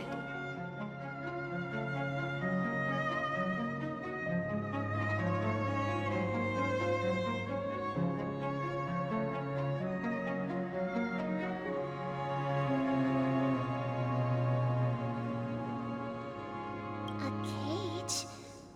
But then it won't have the freedom to fly. Let's see. What is it that has captured the attention of the two best interpreters of the Great One? To the point that they've forgotten how to enjoy their dessert. Oh, poor little thing. Doesn't look like it's doing well. Do you want to rescue it?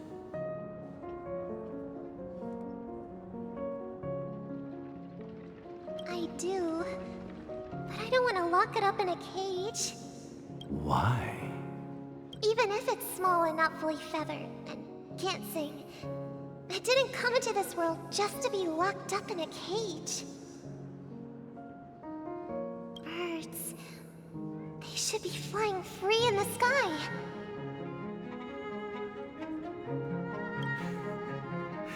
That's quite the romantic idea.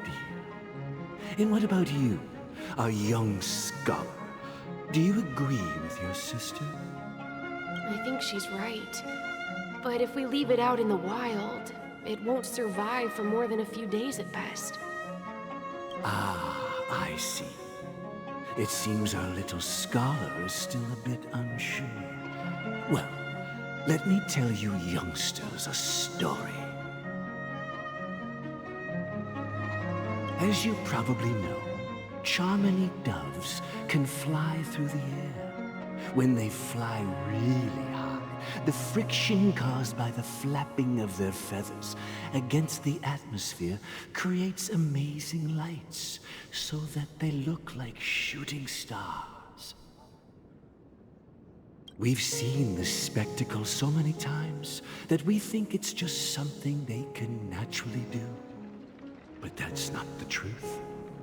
Their radiant display is the result of countless struggles against nature over generations.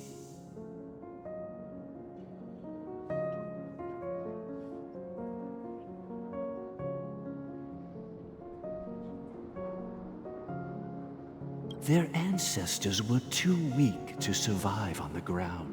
So, to escape predators, they started seeking new opportunities in the air.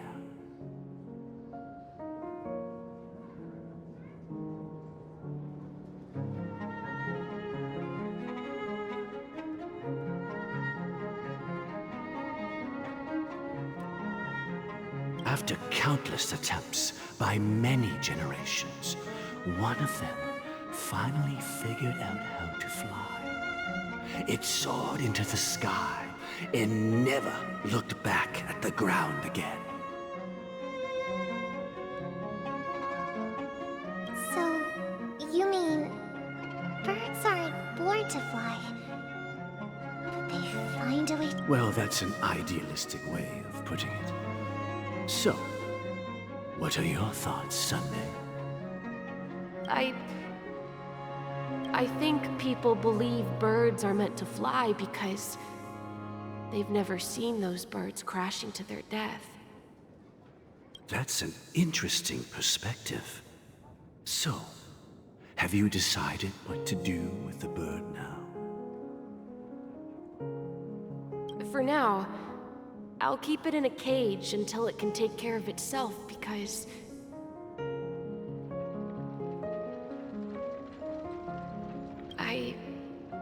I want it to live, no matter what. Well said, kids. It seems each of you has found your own answer. Your insights are truly remarkable. And... We will take good care of it, won't we, brother? Yeah, but Mr. Gopherwood, there's one thing I don't quite understand. And what might that be? What if this little Charmony dove never learns to fly in the end? I mean, if there are fledglings in this world that can never fly throughout their lives, should we let them go back to the sky, only to see them crash to the ground and die?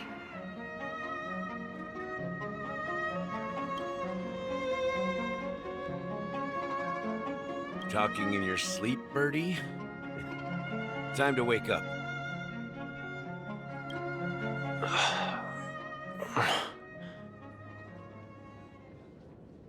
Huh? Need a hand?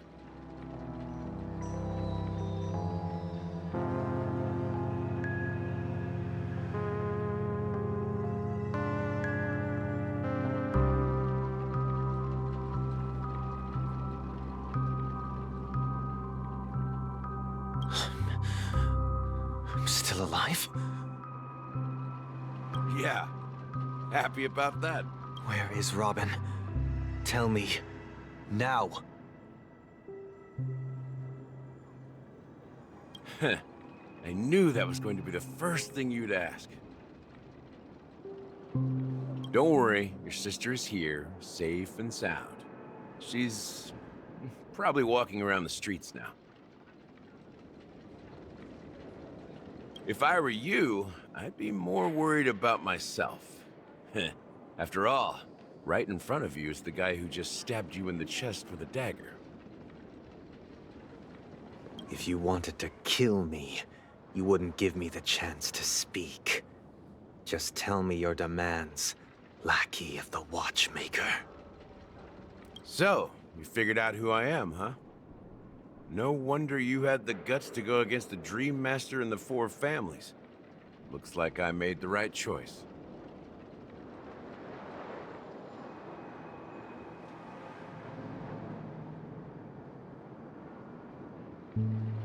Choice? You are aware of my plan and see through my act. Time is running out, so let's drop the charades. I'm suggesting we cooperate. Cooperate? What makes you think I'd cooperate with you?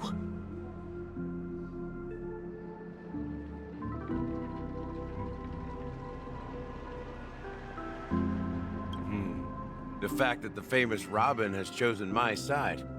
Plus, some clues about a traitor and a bright future for Peniconia. Any of that catch your interest? I find it hard to believe a man who's full of deception.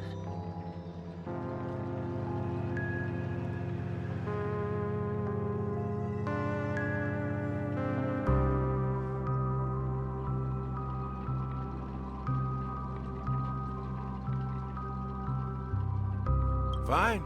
You don't have to trust me. What you should trust is the sense of justice inside of you.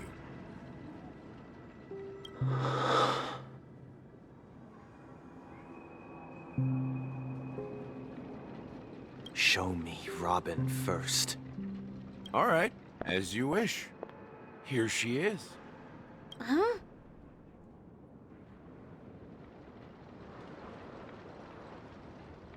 What's your trick this time?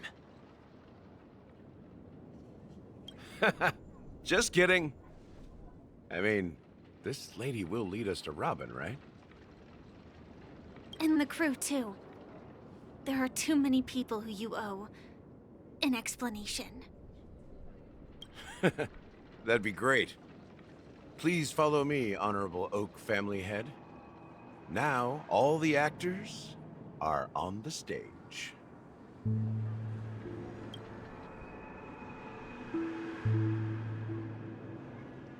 This is the monument I mentioned earlier. The names inscribed on it should be familiar to all of you. Rosalina and Tiernan.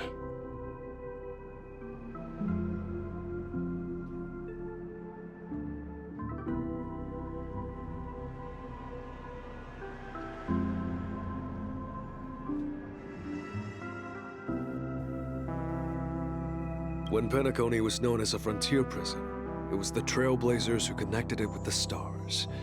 They were the heroes who saved Asdana, and their names deserve to be immortalized, not just on this small stone tablet, but in the annals of history for all of time. However, today, the planet of festivities is nothing but sweet dreams.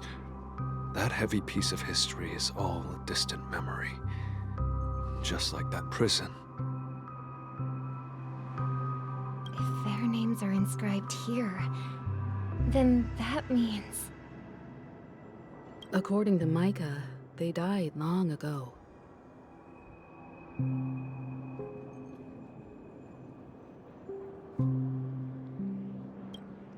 Rosalina was killed during the War of Independence. She ventured alone into the heart of the star system to investigate the flow of Memoria, but she never returned.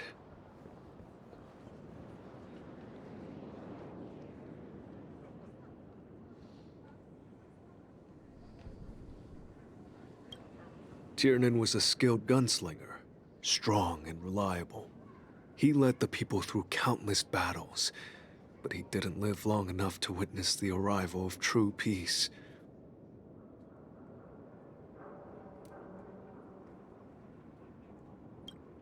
In the decade following the war, Peniconia faced challenges internal and external. To protect Asdana, Tiernan took up the way of the Trailblaze and led the Lampmoth family to explore beyond the system, only to be surrounded. and wiped out by the swarm. Though I had expected as much, the tales of these heroes truly are sorrowful. True to the title of Trailblazer, they spent their lives venturing into the unknown. But what about this tablet? There are no names carved on it. When Dreamflux Reef was created, its owner was still alive. However, he insisted on erecting a monument for himself, saying that it will happen someday. Here we meet again. Everyone from the Astral Express. Robin.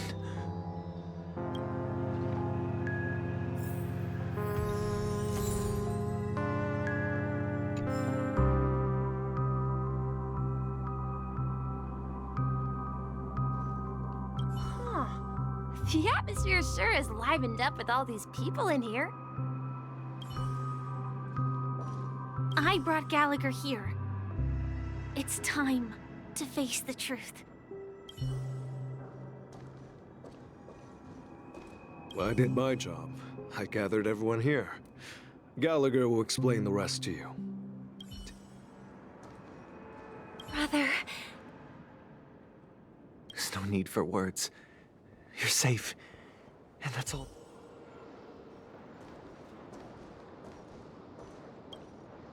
I promised to give the siblings some privacy, so let's talk about our business first. What do you say?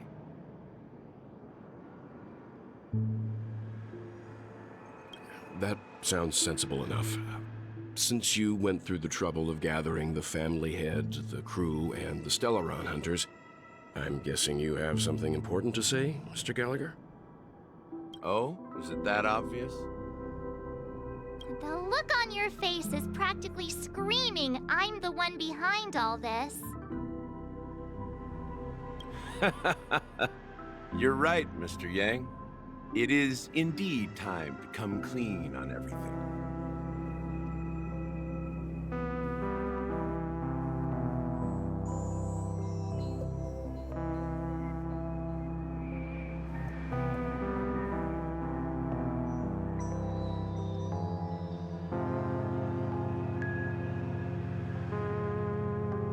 Siblings already know what they need to, and they've made their choice.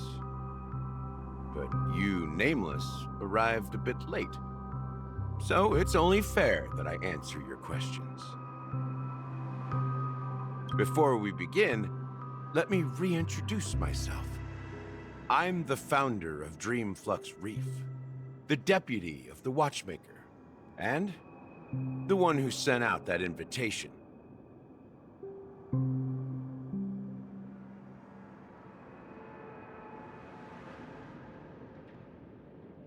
As Gallagher, the history fictionologist, I humbly extend my greetings to you all.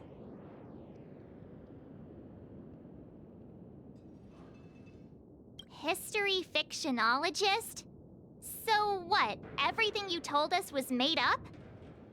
Well, don't worry. Almost everything I shared was true. Well, except for the part about the family accepting me back. I double-checked with Micah, and everything he said about the family, the Watchmaker, and Mikhail is true. Thank you for your understanding. Now let's get down to business. I'm sure you're all wondering why I went through the trouble of setting up this battle for the legacy, inviting different factions, and stirring up a ruckus all over Peniconia. Well, it all boils down to something very familiar to all of you. The Stellaron. The Stellaron? But how is that possible? Peniconia is a free-flowing interstellar hub. There are no signs of contamination whatsoever. You're totally correct.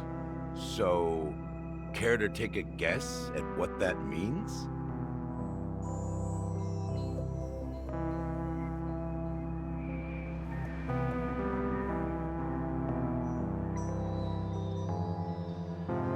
I wish that were the truth.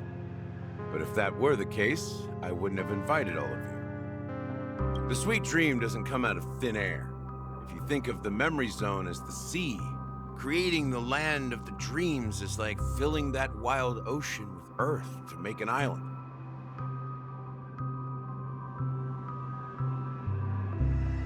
To achieve this feat, without the help of an emanator of remembrance or enigmata, the only way is to use a Stellaron.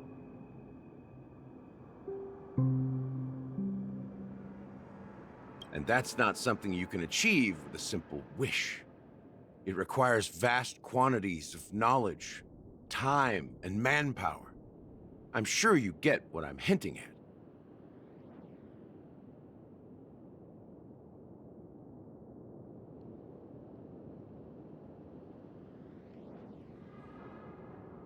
In Azdana, the planet of festivities itself is a Stellaron disaster.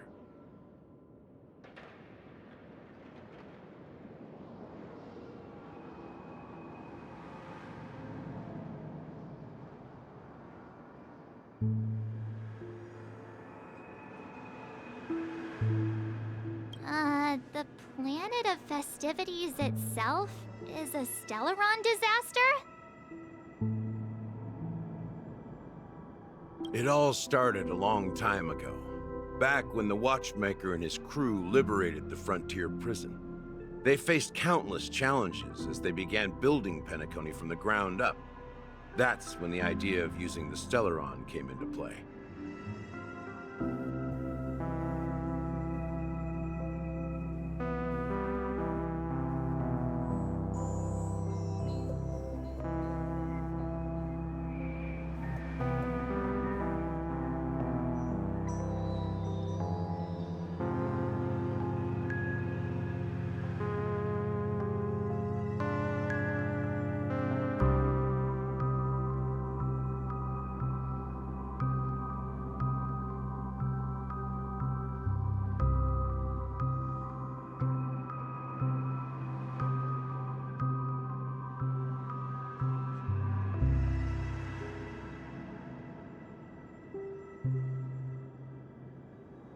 The Stellaron first entered the Azdana system during the war.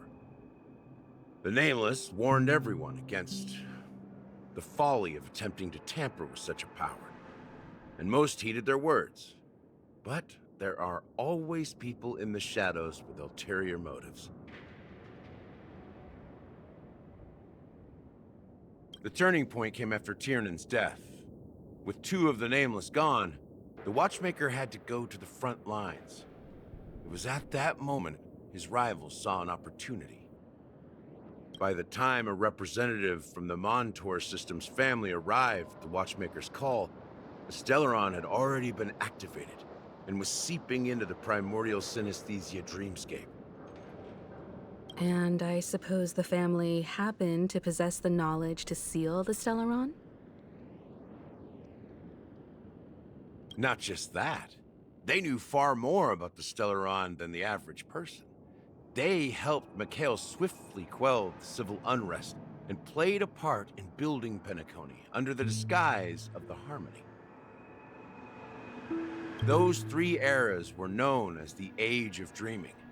The Watchmaker, who had been left in the dark, sent out invitations across the universe, spreading... Then, how did they turn against each other? Remember the island in the ocean metaphor? The truth is, the Stellaron was never truly sealed. It existed in a different form within the dreamscape. Think about this. What would it cost to create and maintain such a lavish dreamland? It's people's lives. The opulent dream is built upon the decay of spirits, with a toxic elixir called pleasure flowing through the dreamscape. It tempts people to indulge in the dreamscape, and gradually their minds succumb, becoming nourishment for the sweet dream. Confusion, laziness, and cowardice, weaknesses that plague humanity, were magnified and nourished by the family. Peniconia became a new kind of prison, even more impenetrable than the previous one.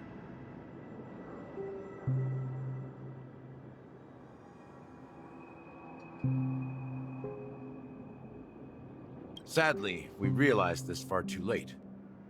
By then, the family had a firm grip on Peniconia, swiftly quelling any opposition that arose.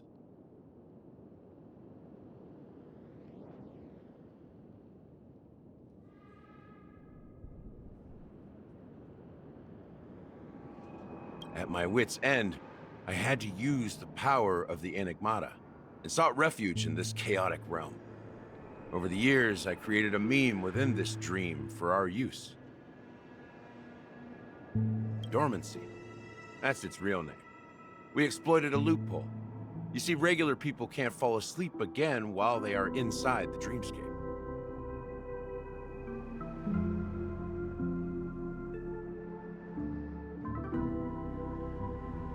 So this is the true meaning of the impossible. You sent out invitations in the Watchmaker's name to find forces capable of resolving the Stellaron disaster, and... It's not just that. Above all, I wanted to see what happens when the major factions engage in a struggle for the legacy. Since this is the Watchmaker's first announcement in decades, the traitor within the family is bound to reveal themselves. So, the legacy is just a facade.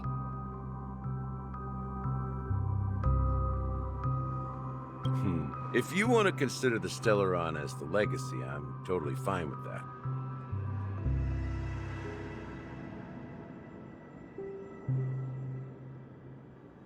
If that's the case, where is the Stellaron now?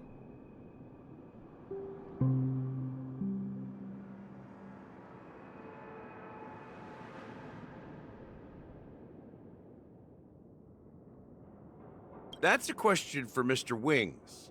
The Stellaron is still under the family's control, and as the head of the Oak family, I'm sure he holds all the answers.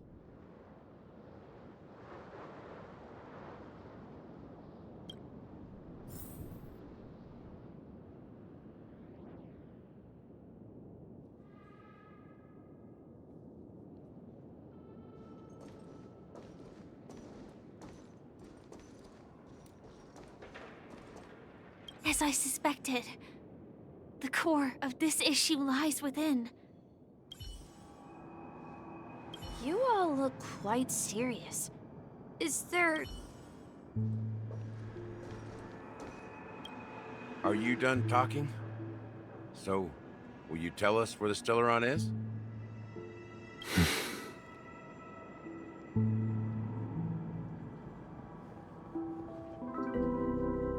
It is the Peniconia Grand Theater itself.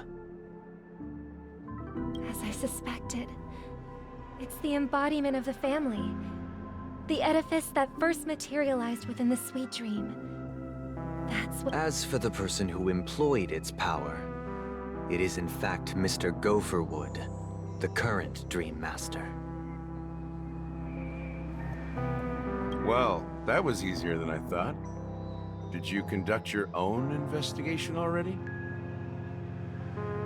Correct. When I was trying to track down the person who murdered my sister, apart from you, Gopherwood was my second suspect.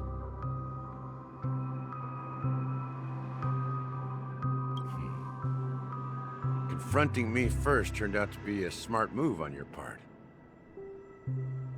I didn't have other options.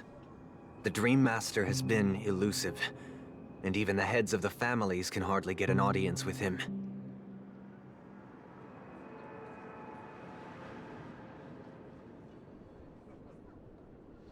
Moreover, Mr. Gopherwood has been kind to my sister and me. And I didn't want it all to end like this. What do you mean by that? To be honest, my brother and I are also victims of the cancer of all worlds. We grew up as orphans, and were adopted by the family when they came to help.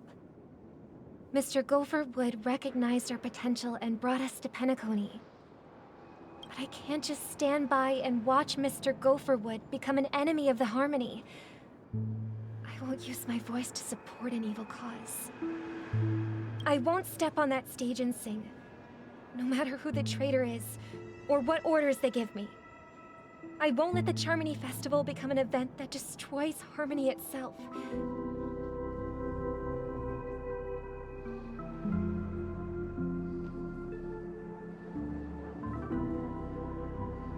For the paradise in our dreams.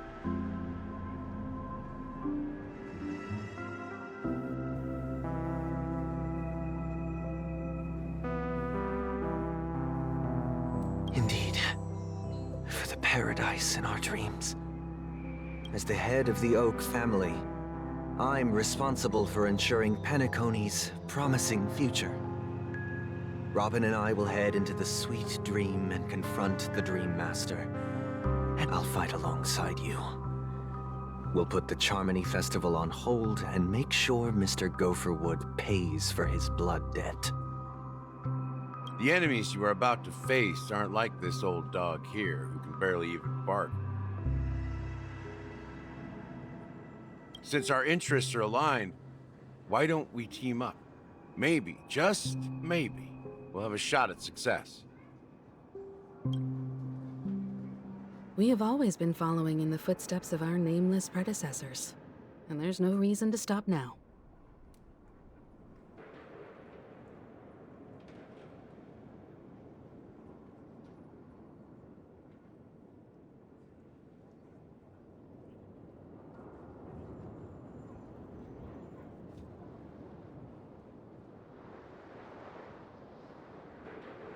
Yeah, we Nameless won't back down from a challenge.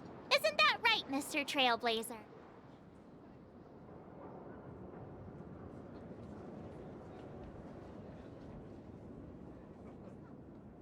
That line actually makes me a bit nervous. Rest assured, sitting on the sidelines isn't in our nature. Mr. Sunday, Miss Robin, I'm willing to accompany you on behalf of the Astral Express. Having a third party present should help with negotiations, and could make all the difference if things get ugly. Thank you, Mr. Yang. Thank you all very much. The Charmony Festival is about to start, and time is against us. Everyone, let's gather over here. We still need to make some preparations.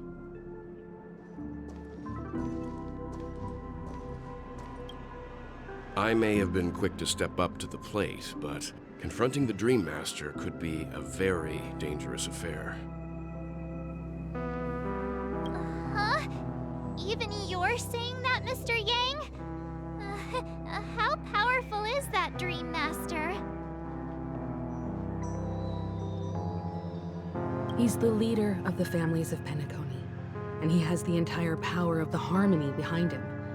Not to mention the Stellaron in his possession. We must proceed with great caution. Maybe you can just stay behind this time, Mr. Yang? No, that won't do. Even if we count Robin as an ally, something felt off about Mr. Sunday just now. Although, I can't quite put my finger on it. I have to make sure he won't turn against us when things start to get dicey.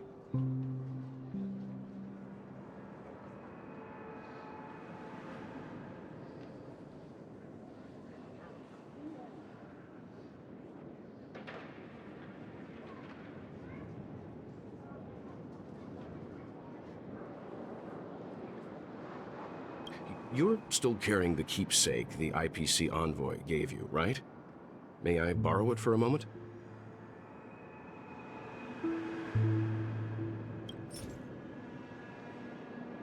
Huh. I knew it.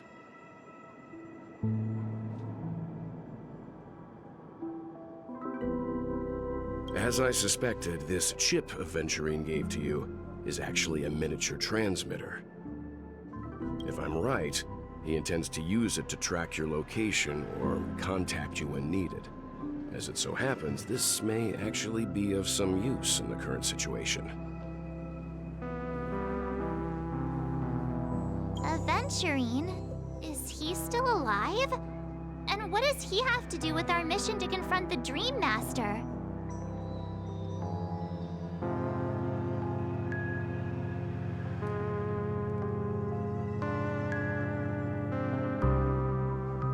Remember what I said earlier? Working with the IPC is a way to keep the family in check.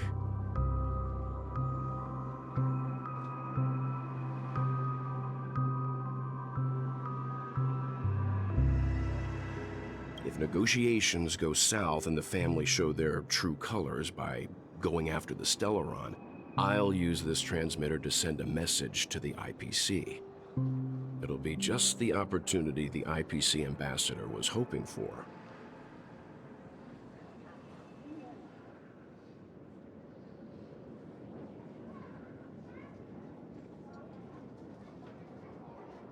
The only question mark in all of this is Aventurine's current status. But the IPC is always listening, especially senior strategic investment department heads like him. Getting the message across shouldn't be a problem. Good luck to you, Welt. Well, you take care too. If anything goes wrong, don't worry about me. Just make sure to seal the Stellaron. Spoken like a true hero.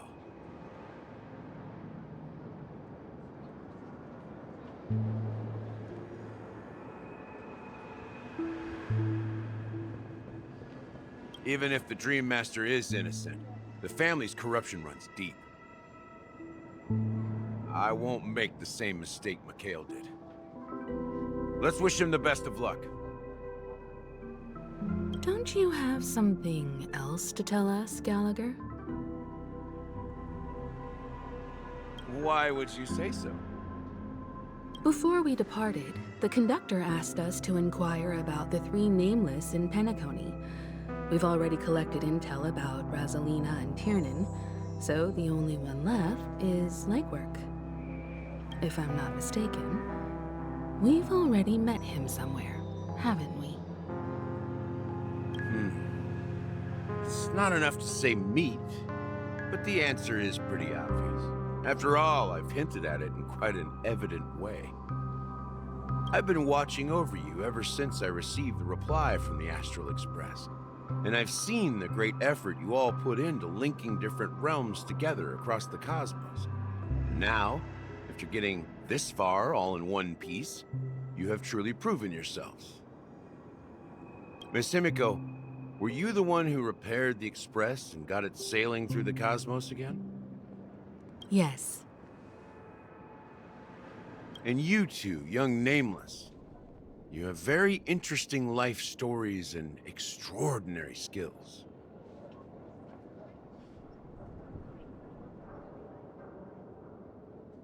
I don't know much about my life story, but I do have extraordinary skills. You're full of energy. Please send my regards to the conductor, Pom Pom. Please let them know that their friend had fond memories from his time aboard the Express, which he reminisced on every time he had a good drink.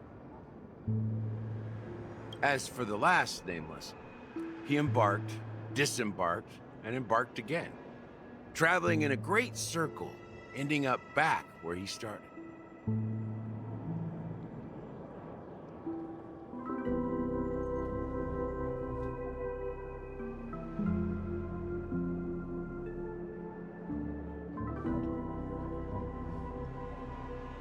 On his deathbed, he told me to find the Astral Express and deliver an invitation to the future Nameless. He left behind a special gift, a true legacy. Something that belongs only to the successors of the Trailblaze.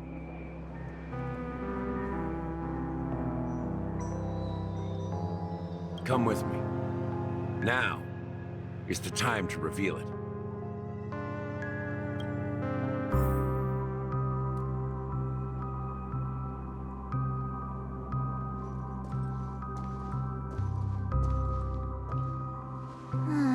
Back here again. Sometimes I feel like you're still alive, old friend. Like you've still got so much to say and do. I've kept my promise, brought the future Trailblazers you've waited so long for. I don't know why you were so obsessed with that train, but I remember your last words.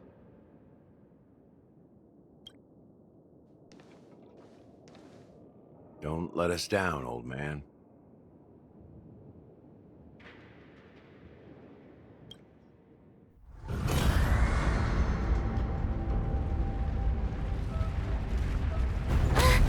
What's happening?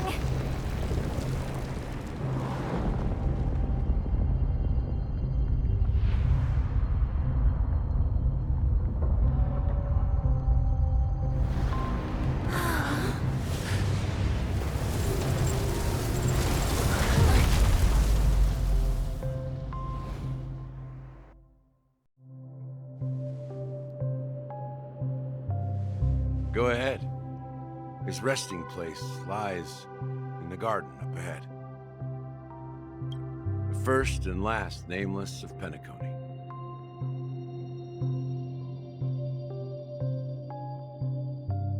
Mikhail Char Legward, the watchmaker.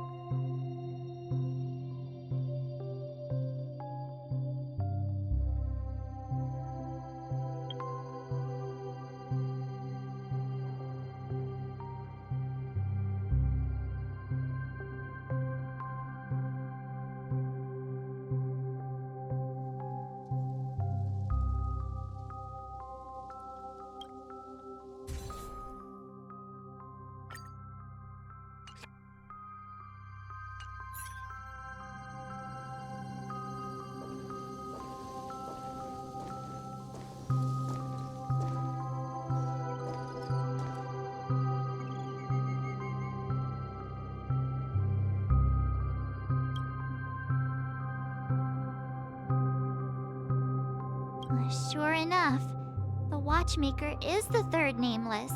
Even I could guess that one. The legacy he left behind was a dream bubble. I believe inside that bubble, there's something that holds meaning only for the nameless. After all, when I checked its contents, I found nothing inside. Maybe some trailblaze runes? Even more mysterious than me. Well, let's have a look.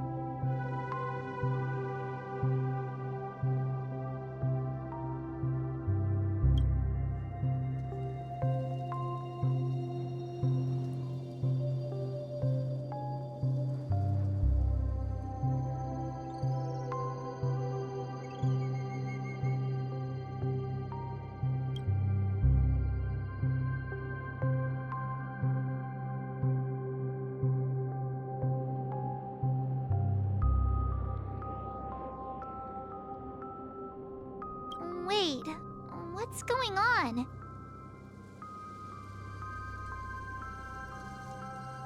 Seriously? There's nothing inside this dream bubble? How could a dream bubble be empty? Just as I suspected. That old man always had this strange belief in the nameless and the trailblaze. And I never understood where he got that confidence from. Especially since he never managed to get in touch with the Express while he was alive.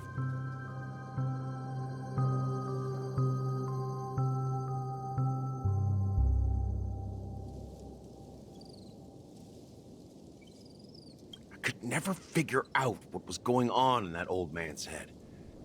But this empty dream bubble is so typical of him. He was always full of weird fantasies and incomprehensible romanticism. That mischievous old man. Don't think that's the case, Gallagher. I'm sure Mikhail has left us the most precious thing of all.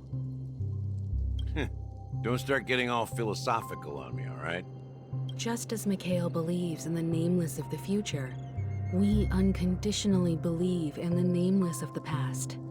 How could they leave with regrets for the future when they were ready to dedicate their lives to the land they loved? There must be something contained in this dream bubble. It's just we haven't figured it out yet. Well, I'm a follower of the Enigmata. My philosophy forbids me to have faith in anything.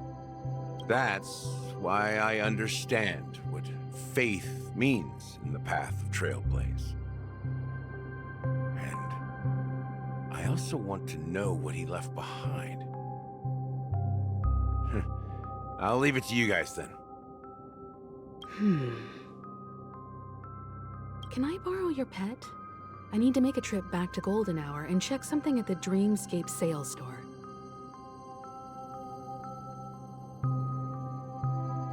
It's for Mikhail, and for the future of Peniconia.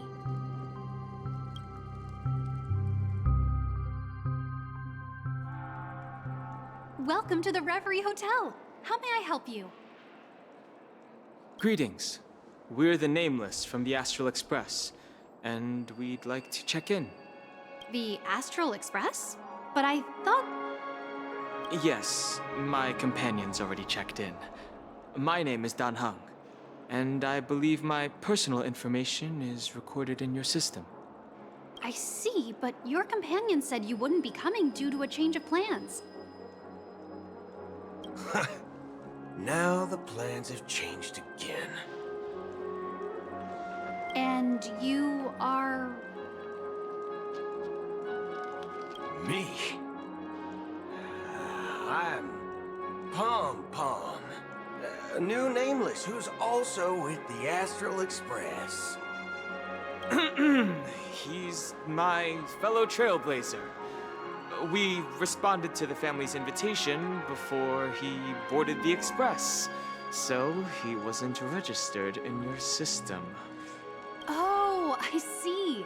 Another one of the Nameless had a similar situation. Seems like a lot of people are joining the Trailblaze these days. Since there's a precedent, it shouldn't be a problem.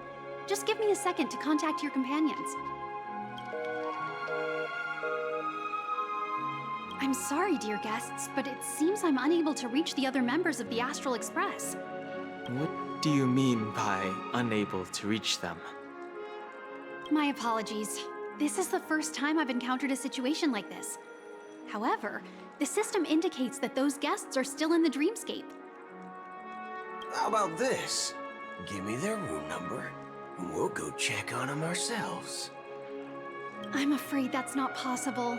I need to verify both of your identities before I can share any guest information. How about you just wake up someone? Let's say, Welt? I'm sorry, but there are strict rules regarding forced awakening. It cannot be done without the proper clearance. So nothing works, huh? What's your solution then? Are you saying we sleep here? At the reception? Please be patient. We need to contact your companions in order to confirm your identities. And now it seems you need to confirm our identities before you can contact our companions. It seems so. Oh, fudge. Look, nothing personal, but if you can't handle this, go find someone else who can, okay?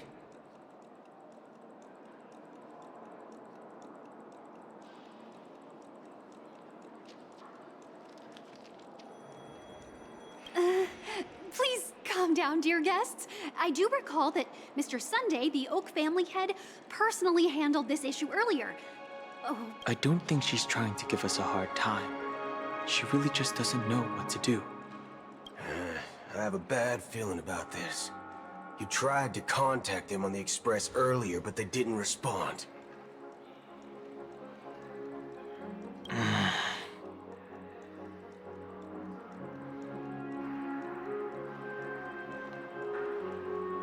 Something doesn't seem right. I need to leave for a moment. You can stay here with the receptionist. Sure thing. Just don't keep me waiting forever. Don Hung seems pretty worried about his companions. I should give him some space. Stressing out about it won't help anything.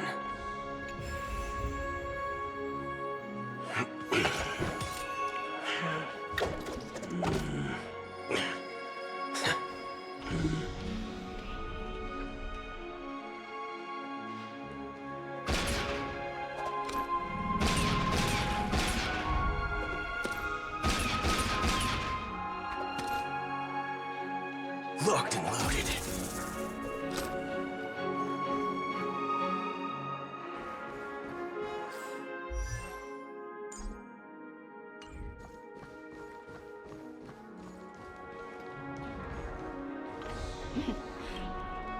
The Charmony Festival is about to start! I'm so excited!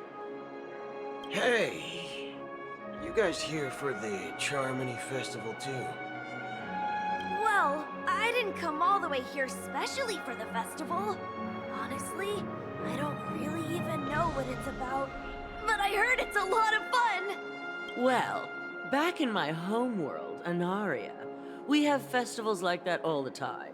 My dad threw me a birthday party one time that was just as extravagant as the Charmony Festival. Oh, come on! The Charmony Festival is a once-in-an-amber era event! How can a birthday party compare?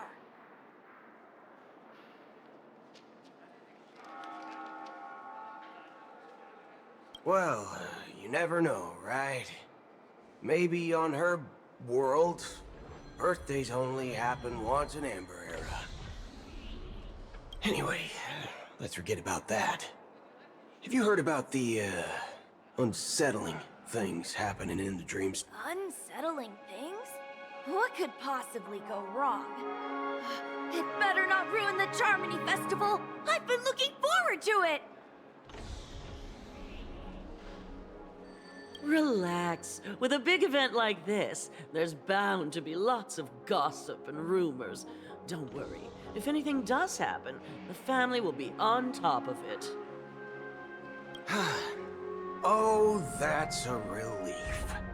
I didn't come all this way to see the festival go down. Well, looks like I won't get any fudging clues out of these two.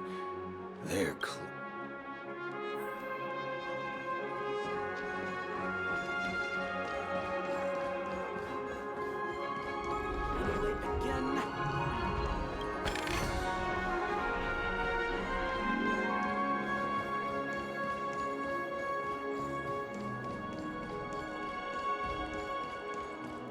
Why is there a record? Greetings. I'm Cody of the Bloodhound family, head of security for the hotel. How may I assist you?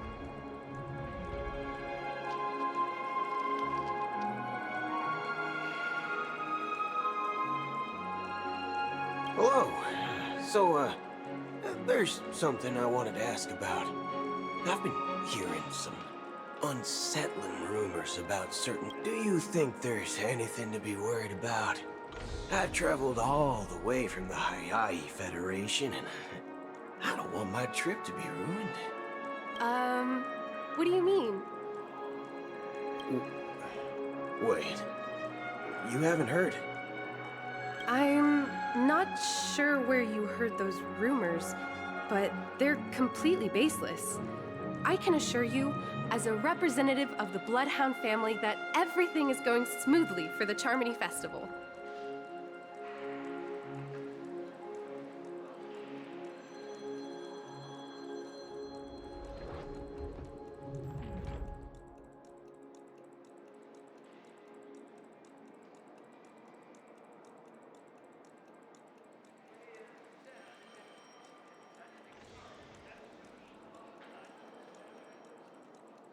At present, all of the families are focused on making sure the festival starts on time.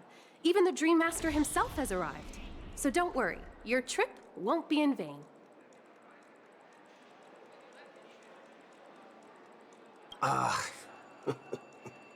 That's a relief to hear. She doesn't appear to be acting. So, it seems that even the hotel staff are out of the loop. Back already? Hasn't she returned yet? Nope. I'm starting to wonder if sending her to contact Sunday was a good idea. Neither the staff nor the guests seem to know anything about what's happening in the dreamscape, and wherever we go, all we see is people enjoying themselves. I agree. Another unusual thing is that the Oak family is supposed to be in charge of organizing the council and managing everything inside and outside the dreamscape. However,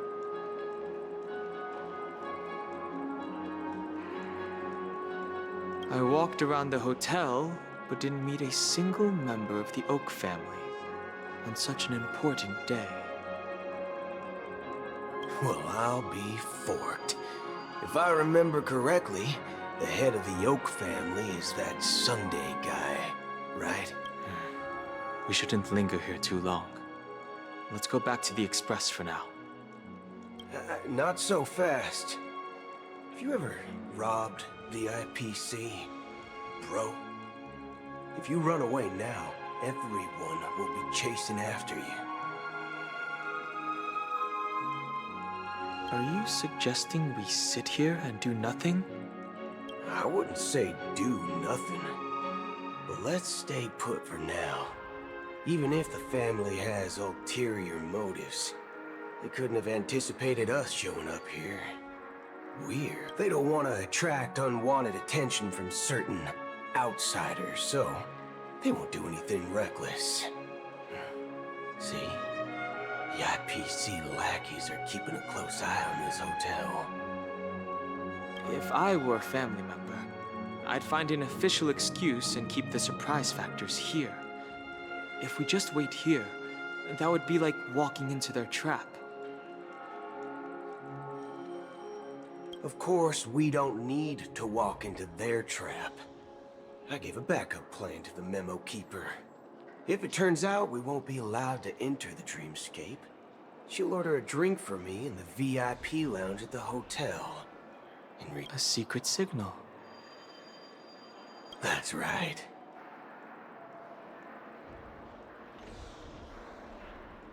Oh, a concrete object can indeed help the memo keeper establish a connection with you. But Boot Hill, if you have more backup plans in the future... I'm sorry, but it's one of my quirks. I have too many unreliable friends. And if I reveal that I have backup plans, things can go awry. And that would leave all backup plans completely useless. How do we get into the VIP lounge? This is where my street smarts come into play.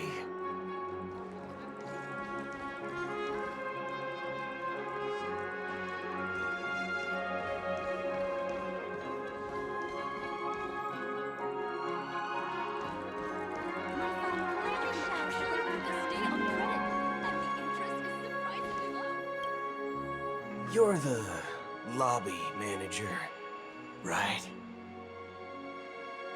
Yes, I am. How may I assist you? We're the Nameless from the Astral Express.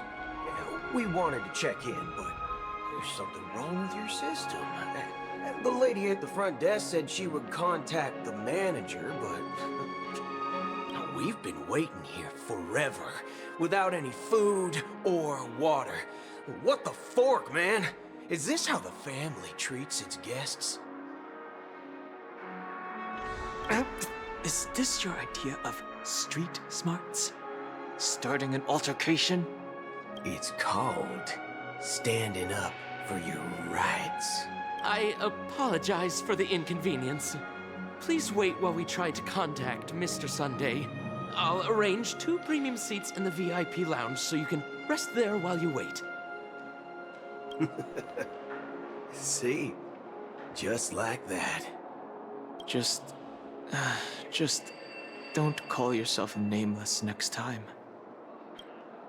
Wow, this bar's something else. Certainly worthy of the planet of festivities.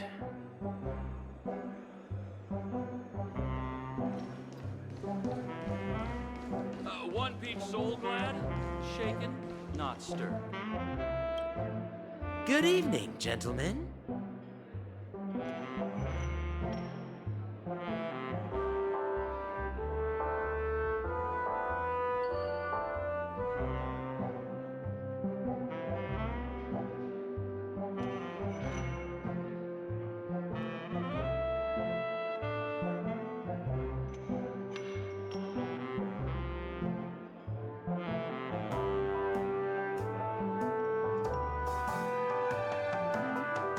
Hey, I have an order for a bottle of His Donna's White Oak.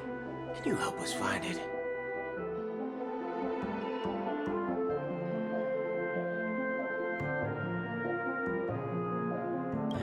Donna's White Oak.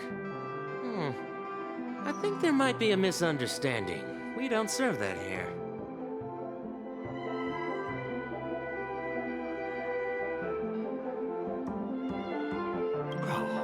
No way.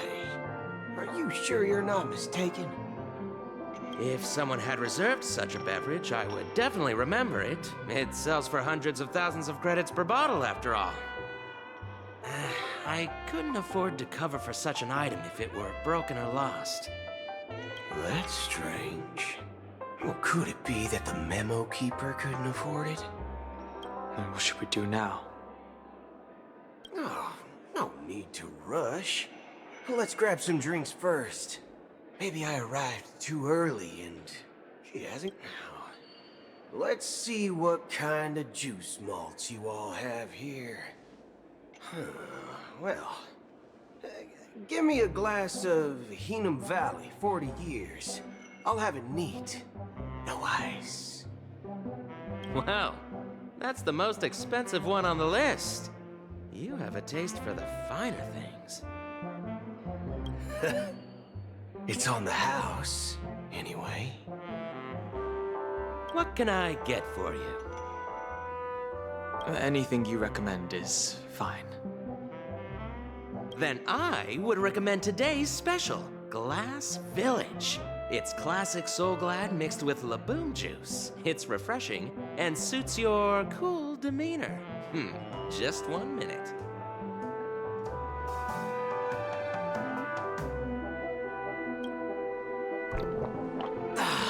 This flavor. Dynamite barbecue with rocket fuel. Ooh, really hits the spot. Truly the finest sherry cask-aged malt juice in the cosmos. Dynamite barbecue with rocket fuel. Is that really something that humans enjoy? Hey, this guy doesn't know anything at all. As long as you're satisfied, dear guests, please enjoy. Let's give the memo keeper another half system hour. If she doesn't show up, we'll need to come up with a new plan. In the meantime, let's take stock of the situation. What do you think?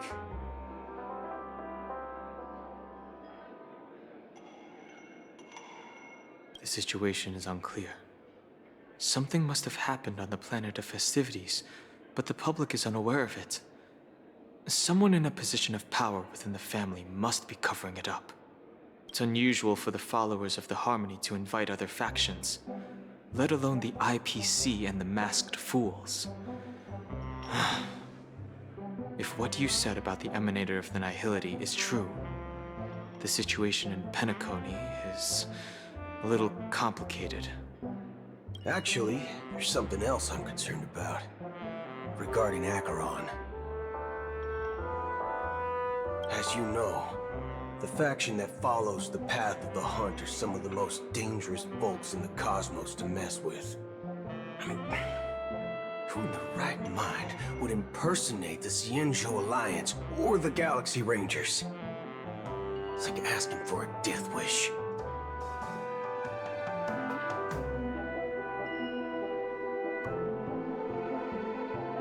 Isn't there a saying among the Xianzhou people that the Rainbow Sect lets their Lux Arrow do all the beating? Talking. Do all the talking. Well, you know what I mean. Even though the Galaxy Rangers have been out of sight for years, we've been keeping an eye on this region. Even the dumbest criminals know better than to mess with the Annihilation Gang, much less the Rangers. But that Acheron lady, she doesn't seem like a lunatic at all. On the contrary, she's highly logical and organized. She knows exactly when to hold back and when to strike without mercy. And you believe that someone like her would have an ulterior motive for impersonating a Galaxy Ranger? I'm not entirely sure, but I do have my suspicions. Maybe she knows a Galaxy Ranger, or perhaps she's trying to lure us out for some reason, which I can't figure out. Anyway, what worries me more are the anomalies within the family. They've summoned followers from various paths for the festival. No matter how generous such a gesture is, this move seems highly unusual. Unless the invitations weren't sent by them. If that's the case, it's even more intriguing that the family insists on organizing the Charmony Festival, despite the chaos. Maybe it's Shipei the Harmony pulling the strings. You find it beyond human understanding because it wasn't arranged by humans at all.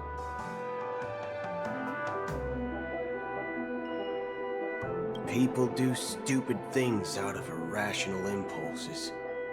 They abandon their principles when self-interest is involved. They believe in things they know they shouldn't, and fudge, they even break their own rules.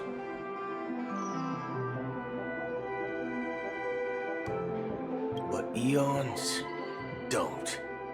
They stick to their determined path and never turn back, even if they reach a dead end. You think Shipei's will is behind all this? It may not necessarily be Shipei. There's definitely some higher entity involved. I know it may sound pessimistic, but if human free will were reliable, why would we even need Galaxy Rangers? It's much simpler when you boil it down to the eons and paths. Like how Lon always follows the path of the Hunt, or how the Express stays true to the Trailblaze despite Akavilli's disappearance.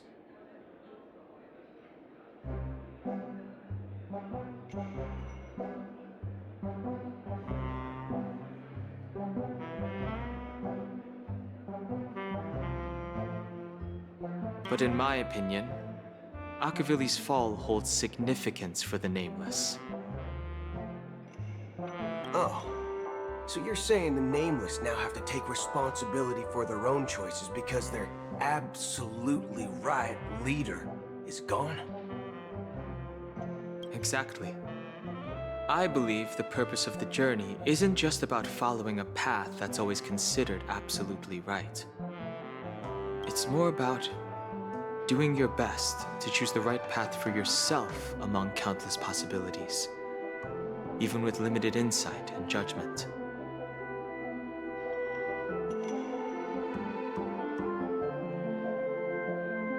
I don't know what you've been through, but I agree that people must take responsibility for their choices, because no one else can do it for them. That's why the Galaxy Rangers need to uncover the imposter and figure out her true intentions. Just in case. I have a backup plan if the Memo Keeper doesn't show up. This is my final backup plan. I promise.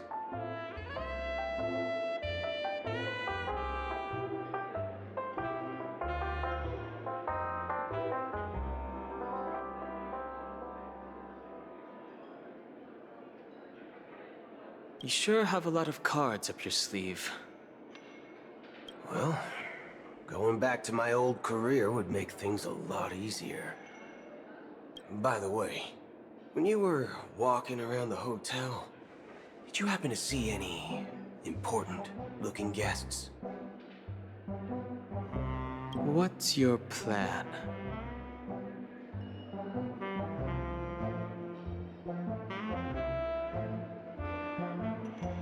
It's simple. We just grab some hostages and use them as bargaining chips with the family. Or maybe we can even take their identities. No need for that. We'll return to the Express now.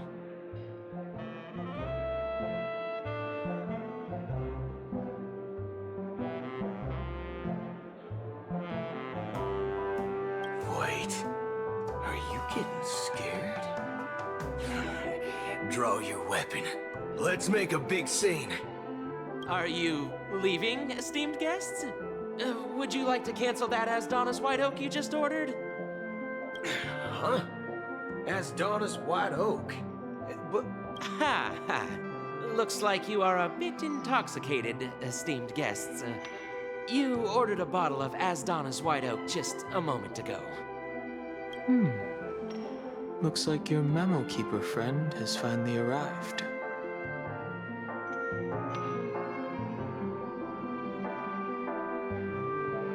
Oh, right. Sorry, my memory's not the best. You know, too many modifications and all. Anyway, let me check. Well, fork me. It says Donna's White Oak, all right. And there's a note. I'll be waiting for you on the Astral Express. No mistake. That's her message to you. She knew the hotel wasn't safe, so she suggested we find another place.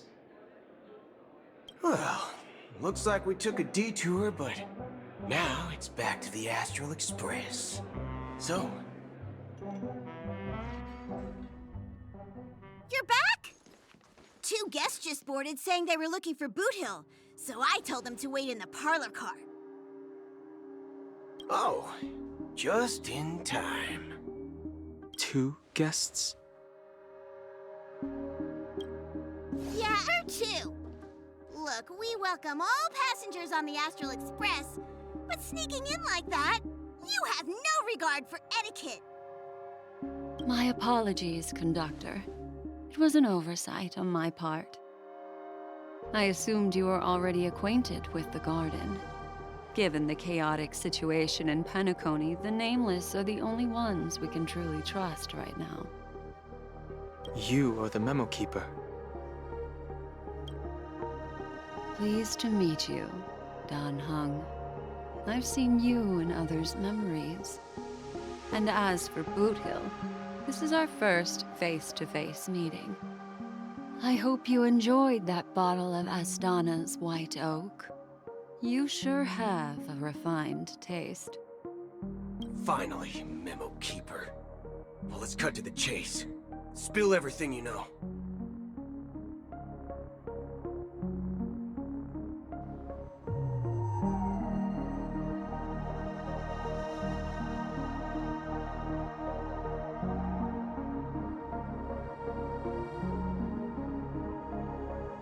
That's precisely what I intend to do. But before that, please allow me to introduce myself. My name is Black Swan, and I serve the Garden of Recollection as a memo keeper. As for Acheron's story, I'm sure she knows it better than I do. Greetings. I'm Acheron. What? You Garden of Recollection shirtbag! You betrayed me! I apologize, but she did that at my request. Due to certain reasons, I have been exiled by the family. Thankfully, this memo keeper came to my aid and helped me escape their surveillance unnoticed.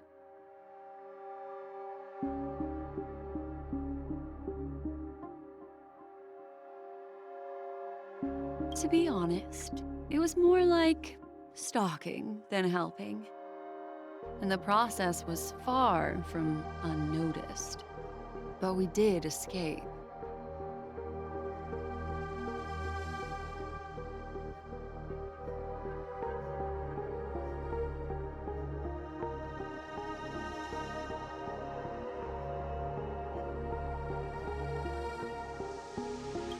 I asked her to guide me to a place beyond the family's reach and to contact a few trustworthy individuals. Namely, all of you. Trustworthy? Son of a nice lady. You think I'm dumb or something? How about this?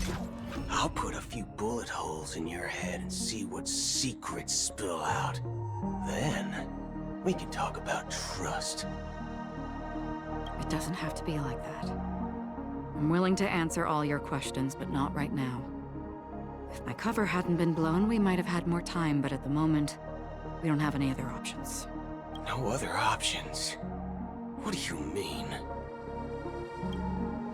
This is the only way I can ensure everyone's safety. I kindly request an immediate warp jump out of the Astana star system.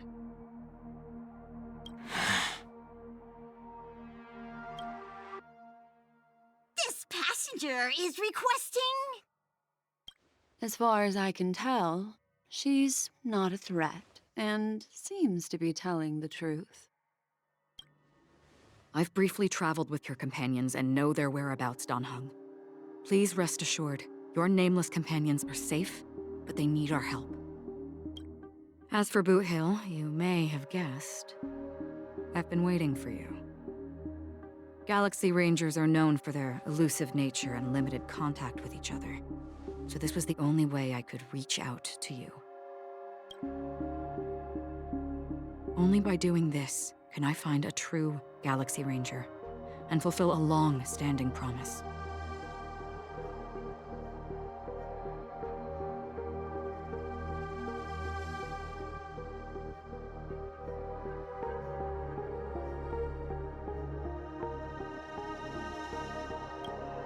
To return his relics to their rightful owner.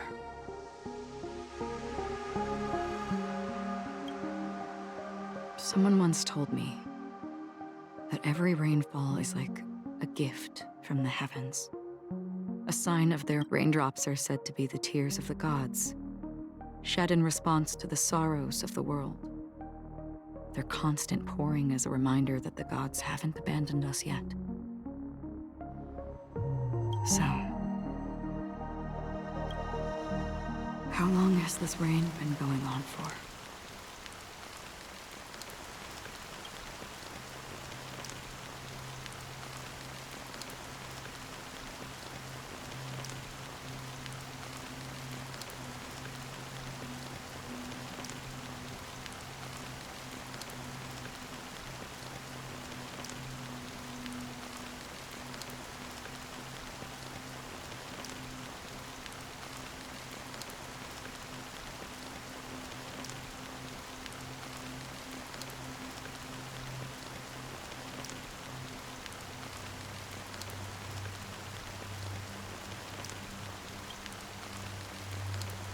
I used to believe, just like you, that it would eventually stop.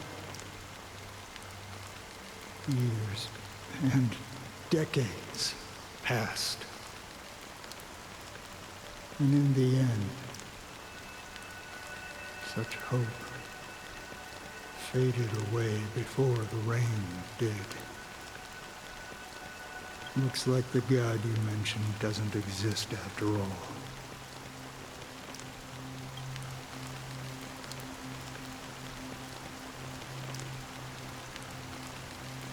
Well,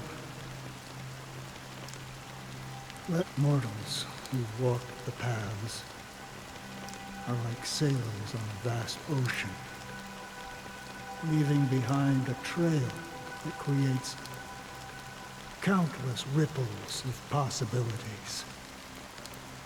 These ripples last longer than the fleeting lifetimes of humans.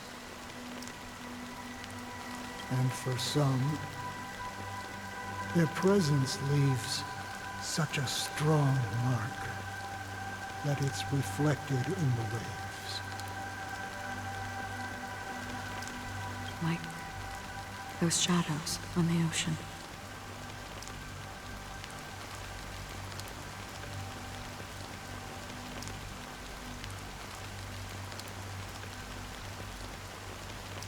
Sin-thirsters, the obsessions of the Pathstriders, they emerge from the depths of IX, seeing themselves as masters of their own destiny.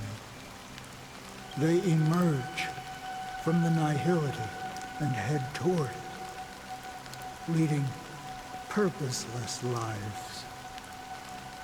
However, these hollow phantoms, they were once my dear companions. A group of Galaxy Rangers. Are you watching over them? Watching over them? No. I'm guiding them toward transcendence. It was a brutal war. A crusade that shook the universe. The universe witnessed the fall of Zulo, the Lord Ravager, but it came at a price. A price. The unwavering determination of the Hunt followers persists even in death. So someone must guide these lost souls to their life beyond. They were heroes in their time. And they shouldn't be reduced to mere puppets of nihility. As for me, I've suffered too many losses on that battlefield to advance any further. And that makes me the most fitting person to carry out this task. But you know, these sin-thirsters, they're not who they used to be. Does this seem pointless to you? Well, some tasks have to be done, even if they are pointless.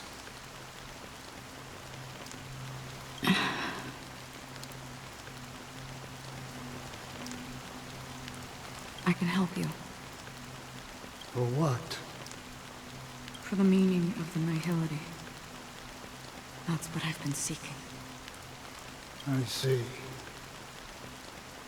After all, this realm is off limits to ordinary souls, right? Thank you, stranger. I wish that you find what you seek. Before we part ways, I have one more question. It is true that their actions and even their entire lives may seem pointless from our perspective. But if, and it's just an if this is what the departed ones expected, should we try to change it? A good question. And a profound one. I don't know the answer. What I do know is that one day I too will pass away. Someone will stand at my grave and place a bouquet of flowers on it.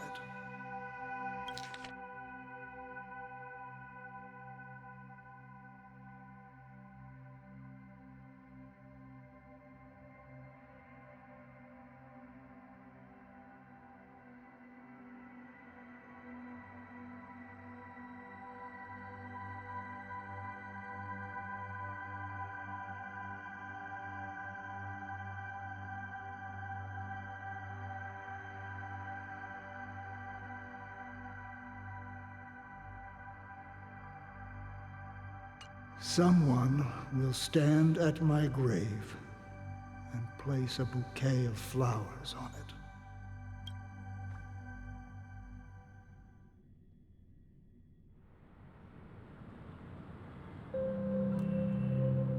When I appeared as a child, my speech, mindset, and soul reflected immaturity and innocence. As I grew into adulthood, I left behind my childlike side.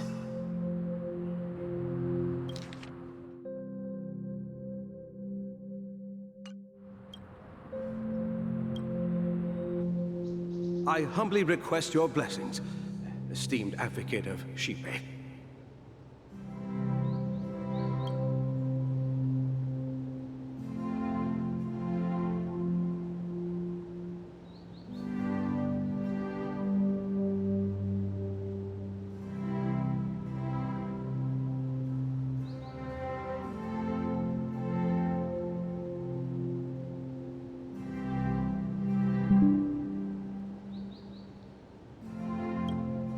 Come to me, my kinship.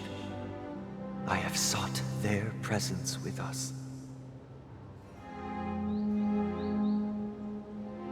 As you wish.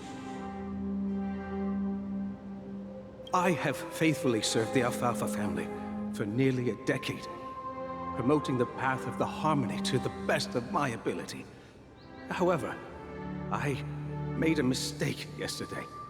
While I was preparing dinner for the family head, I accidentally dropped a prepared dish on the floor. Out of laziness, I lied and claimed that everything was ready. Although the head has dismissed me as punishment, it has been tough to sleep with the guilt still gnawing at me, as I worried that the seeds of evilness may have taken root in my soul. So, I confess to you now, to seek atonement for my sins. Do you sincerely repent and vow to change your ways? Yes. Have you examined your soul and confessed all your sins? Oh, yes. Are you willing to accept the process of atonement? Yes. Very well.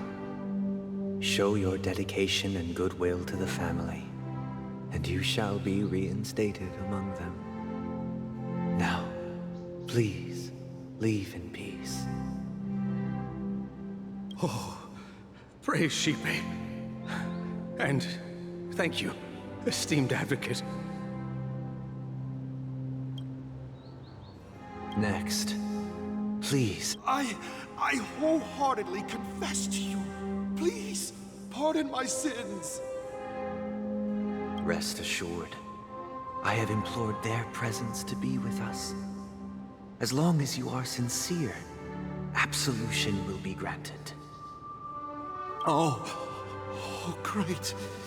You know, I arrived in Peniconia as a stowaway.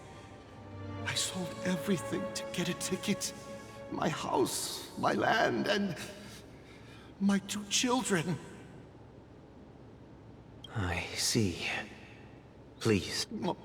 My children were starving, and I hoped they'd have a chance at survival if they became slaves here. If I can strike it rich here, I'll lift them out of that situation and give them the life they deserve. But the Bloodhound family got wind of it. They're on my tail, hunting me down. I thought I could bring my kids here. It was all my fault. All my fault. The family is ready to forgive all sinners. I'll ask the Bloodhound family to cease their pursuit. You don't need to live in fear anymore.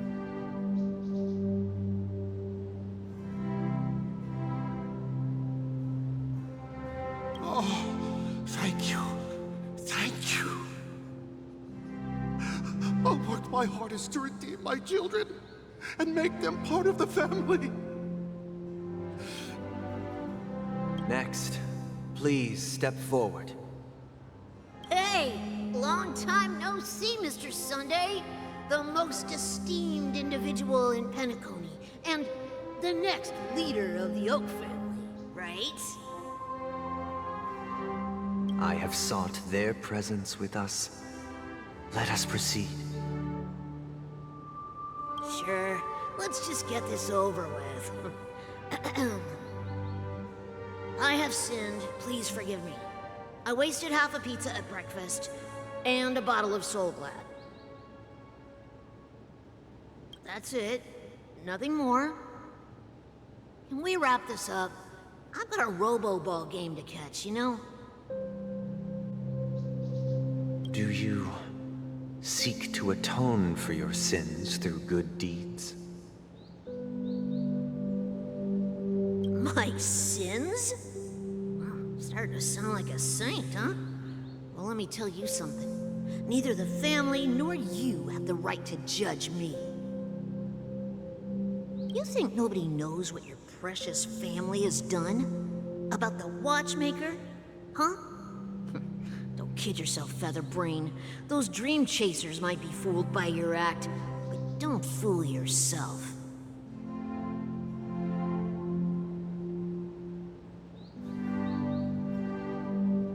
Before you start spouting off your holy verses, answer me this. Where does the power of the Oak family come from? And your power? What makes you think you can sit there all high and mighty, looking down on everyone else? Well, I've spent enough time in confession today to enter the Harmony's paradise, right? Then I'll take my leave. Good luck with your election, and, don't make me regret my investments in you.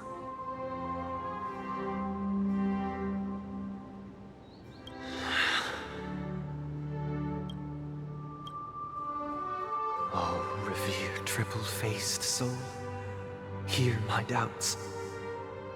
Who can judge the strong when their power hides their crimes? Who can vouch for the weak when they will pay any price to survive? Who can comfort the purest souls when even they get led astray? If the strong defending the weak is truly the foundation of paradise, then who is responsible for the suffering and anguish in this wretched world? Brother? Brother? Brother, are you all right? I'm fine. I've been working long hours, and I just made a trip to Dreamflux Reef and back.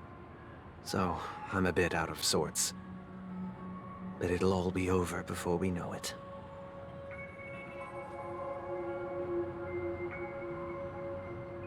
You've been working non-stop on the Germany Festival, Mr. Sunday, and no one could have predicted this incident.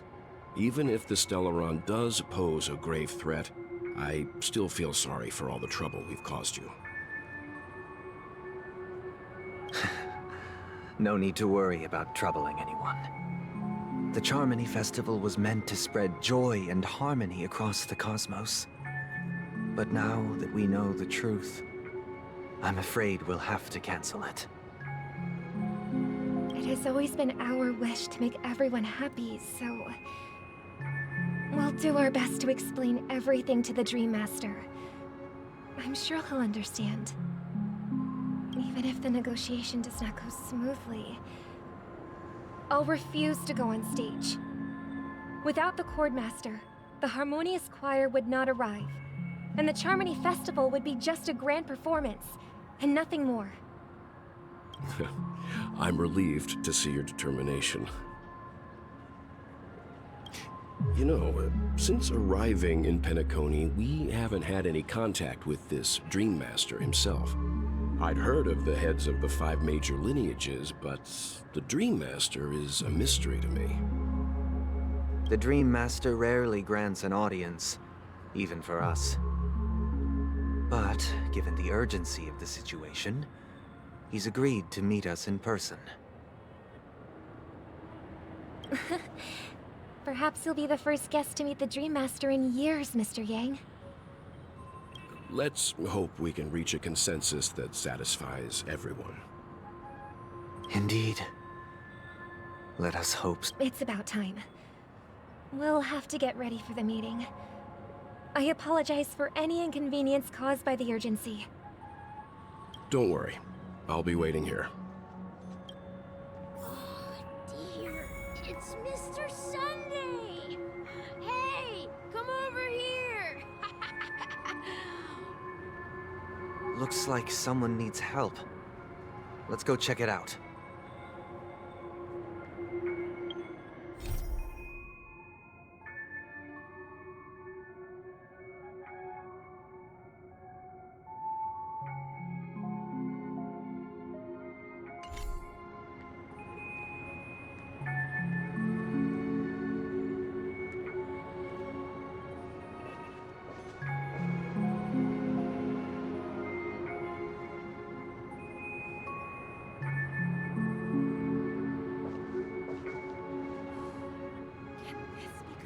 Majestic Hall of Art?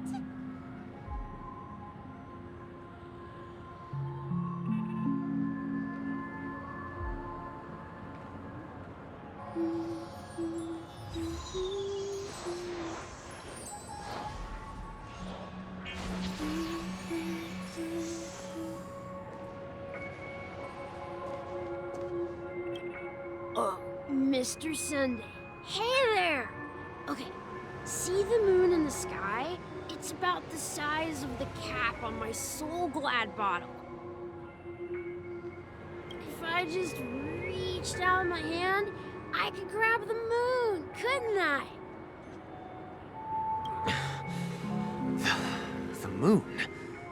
You mean the Grand Theater? Yeah. Look at me. I've been away from home for too long. I must be missing that moon.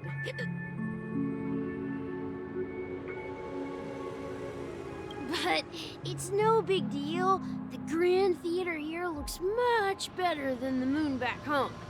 It's just... They told me not to sell everything I had just to come to Peniconia. How short-sighted. Selling everything you had? Why would you go to such lengths? Why? Can't you see? Life back home is miserable. It's not really living at all. It's better to be here in Peniconia. No pain, no worries about tomorrow, just sweet dreams. You can do whatever you want. That's what I call living. Yeah, now this is the life.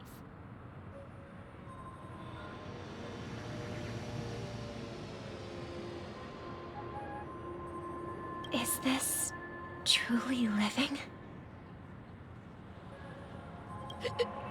Huh? What did you say, young lady? quite catch that.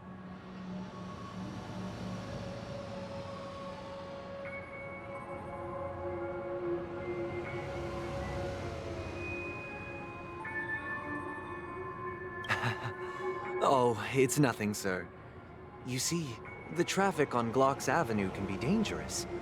How about I ask a Bloodhound family member to escort you to Ideen Park over there, so you can continue enjoying your sweet dream? Oh, yeah, that's a great idea. Wow, no wonder you were the leader of this sweet dream. You're totally up. See you around, Mr. Sunday. And it was nice chatting with you. What's up, sister? This is the land of the dreams. But why do they live like this? The man we ran into, he doesn't seem happy at all. Even though sweet dreams are nice, they're just illusions. But for him, they're the only way to survive, even if it means giving up on reality. That's not really living at all. I suppose you have a point. But, in my opinion, that's how Why do you say that? You think that man is not actually living, but that's not quite accurate. Even without Peniconia, people create their own illusions called self-value. People believe they have a predetermined value to fulfill. Gaining value means gaining power, and those deemed worthless are seen as the weak. However, value doesn't come out of thin air, and there's a limit to it. To accumulate value, people have to take from others, so the weak get exploited and oppressed. Are you suggesting that this is not how things should be? Exactly. But, ironically, people don't think there's anything wrong with it, because they uphold the illusory notion of self-value, and even the weak believe in it.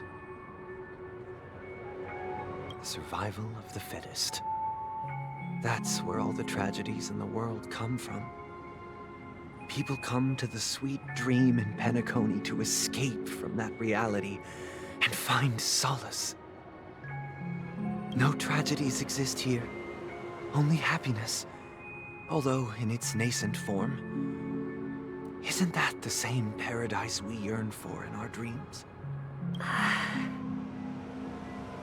Perhaps that man is just an exception. Let's not jump to conclusions. We should experience the dreamscape ourselves, just as I did at Dreamflux Reef. Yes, seeing is believing. I'll accompany you. The Dream Master hasn't shown up yet, so we have some time for a stroll.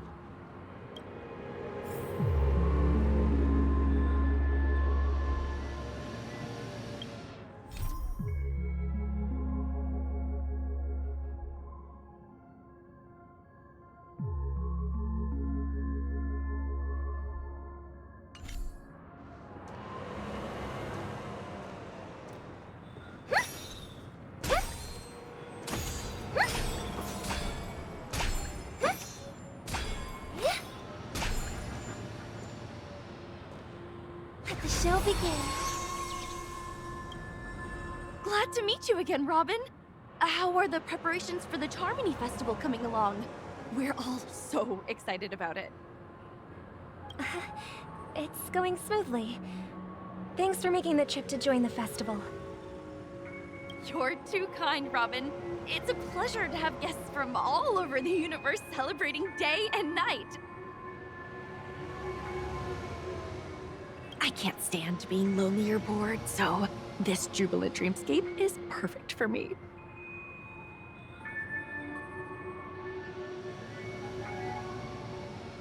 But if this went on forever, would it get boring too?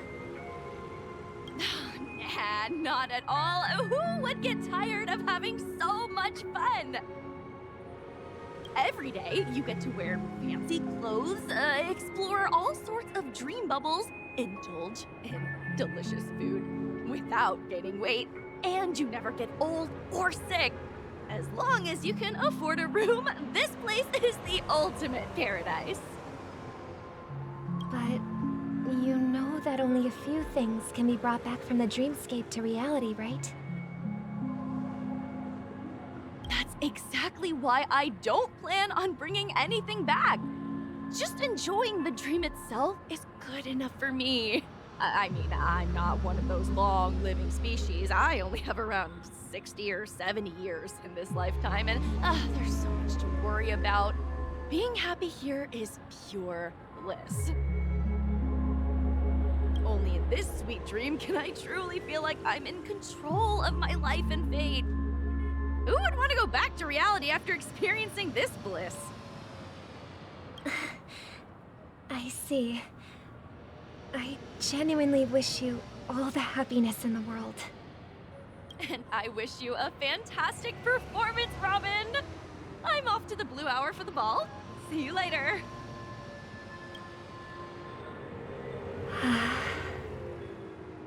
Seems like that guest's perspective didn't resonate with you either. She had a valid point. I could sense her genuine happiness. It's just that...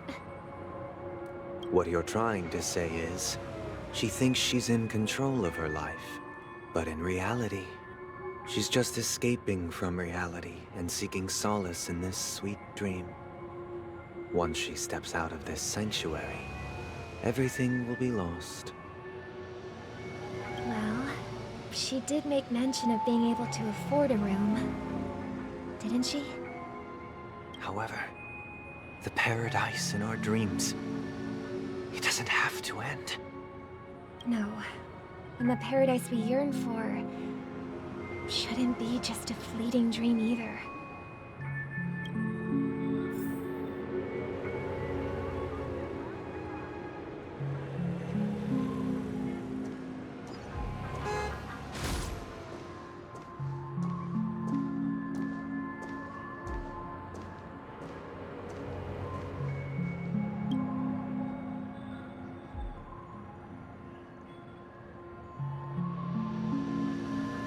The scenery in this dreamscape is truly breathtaking, isn't it?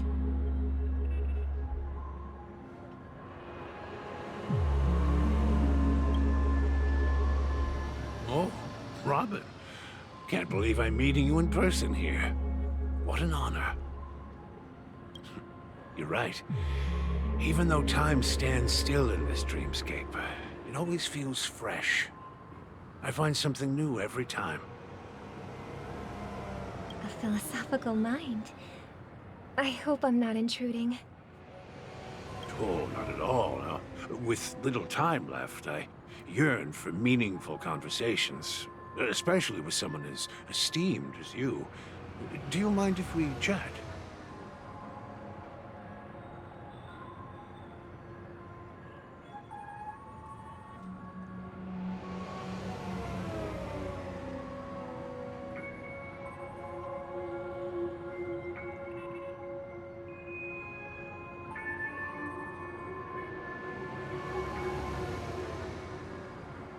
It's my pleasure. No need to be formal. Just speak your mind. You said, with little time left. Please, forgive me for being blunt. But is that... Yeah. I was part of a war, and while escaping from the Sarkosian mothership, I got exposed to some radioactive materials. And then, all my comrades died, and my hometown was wiped out by neutron bombardments. I couldn't bear to live with everything I knew gone. That's... How heart-wrenching. I hope the family has been able to help you. They have, and I'm truly grateful for that. They provided me with a comfortable room, the most advanced life support devices in the cosmos, and a stellar team of caregivers. My physical body is now in the dream pool, sustained by life support. The me you see here is whole, rational, and no different from any other person. But I can't say the same for the me in the hotel room. My true appearance. Huh? I hope you never have to witness it, Robin. So, you'll be living forever in this dreamscape. Just being able to live at all is good enough for me.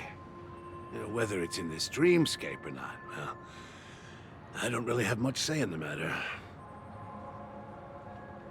My world has been torn apart, and my life could end any second. So, even if this whole place is an illusion, it's still my paradise, and I'll treasure every moment I spend here. Now I envy those everlasting things.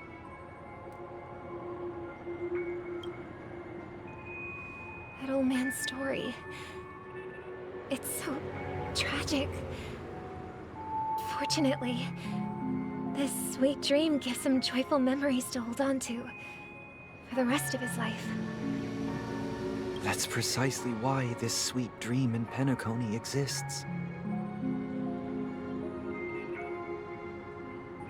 However, even this sweet dream has its limitations. While it provides solace to the disillusioned, it can't completely eliminate pain in reality. There will be a way out. Peniconia is already on the right track.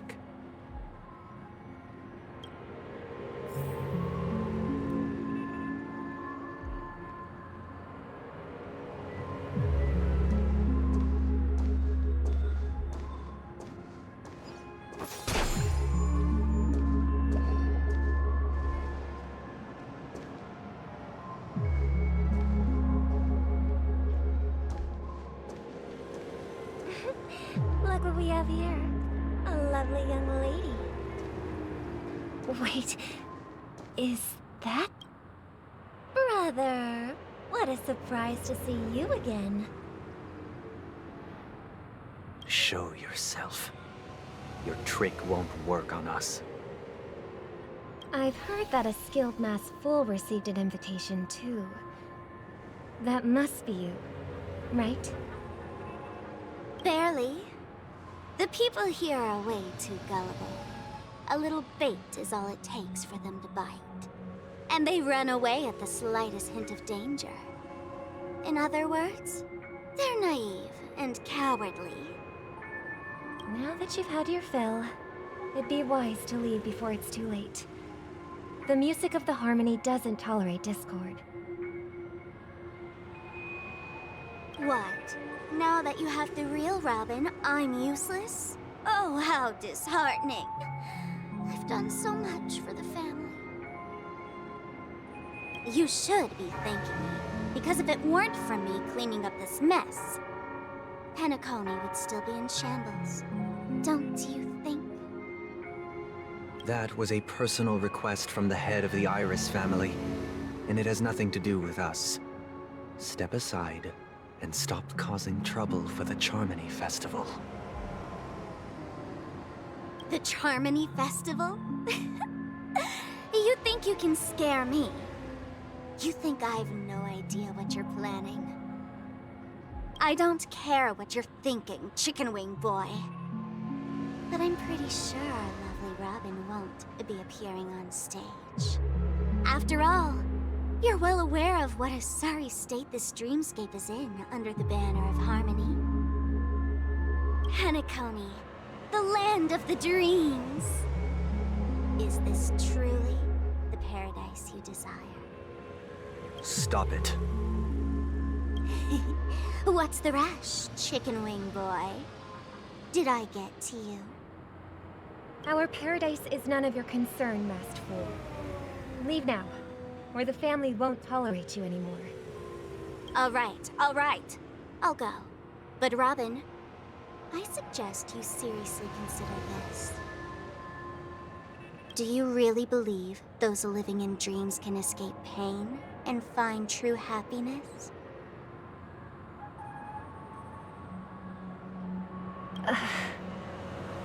Well, I've done my part, and now I'm simply waiting for the fireworks to begin. Here, the last 2 gifts for both of you. And don't lose them. If by some unfortunate chance the Charmony Festival starts against all odds. And it'll be thrilling. Bang!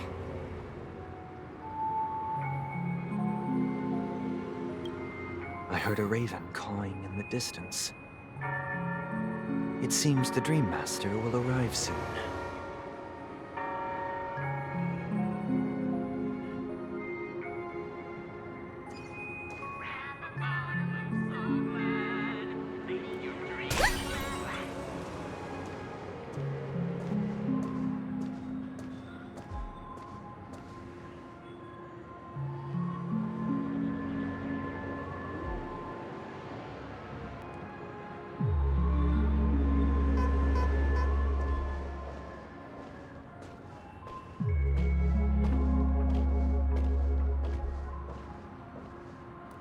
Let's wait here for the Dream Master to arrive.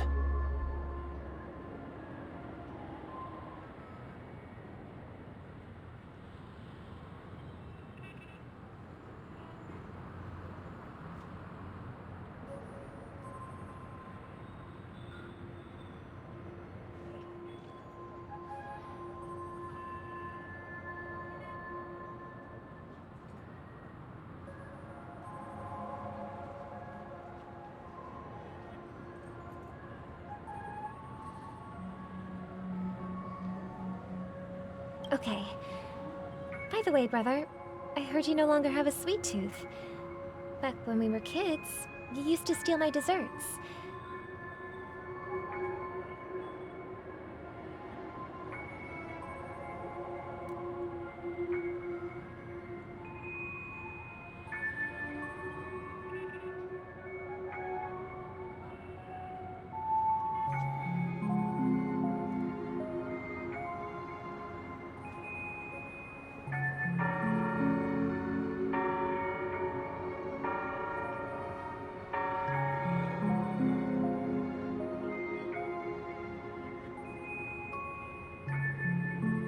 Seems like a lot has changed during my absence. What exactly happened?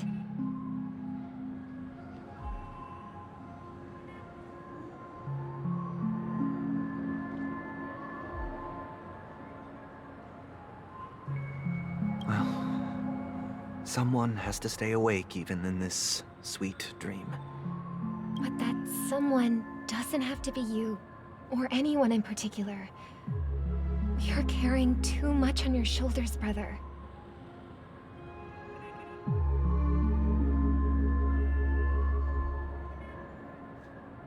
The paradise in our dreams. It shouldn't be like this.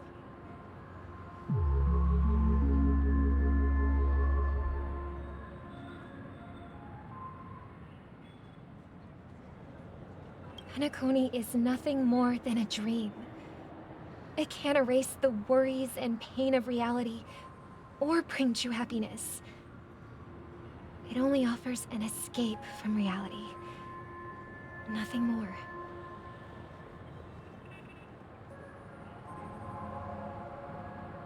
Remember the old man we met earlier? Without this dream, he might have completely lost himself.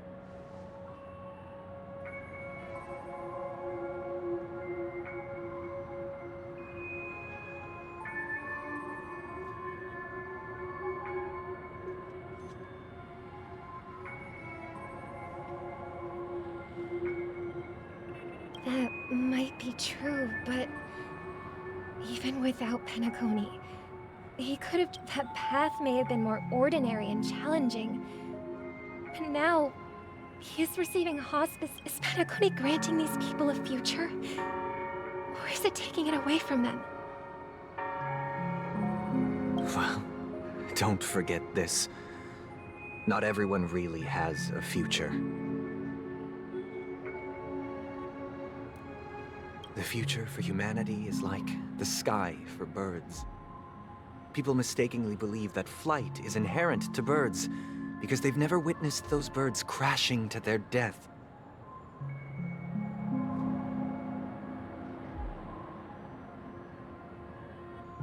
Do you remember how we took in that little Charmony dove when we were young?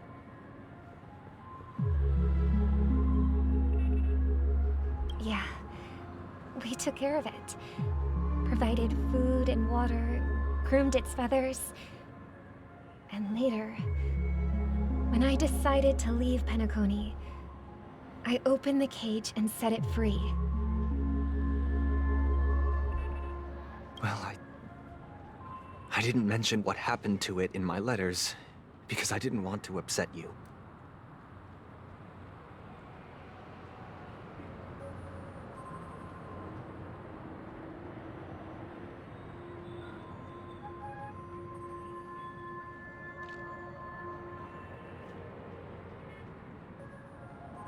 Shortly after you left, it crashed to its death right in front of your window.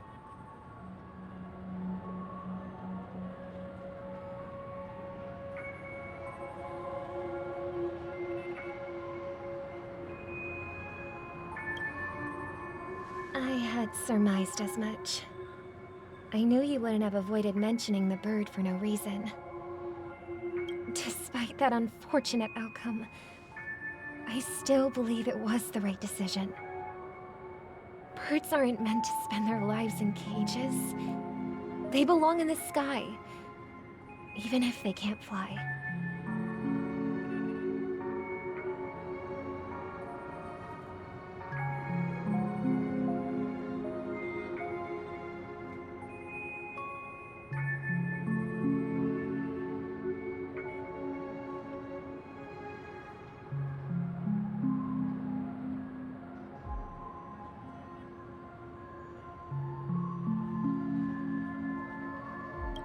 But here's the thing.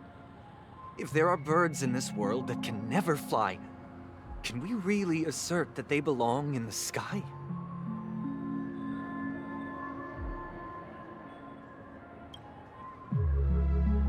Are you implying that the same goes for humans too?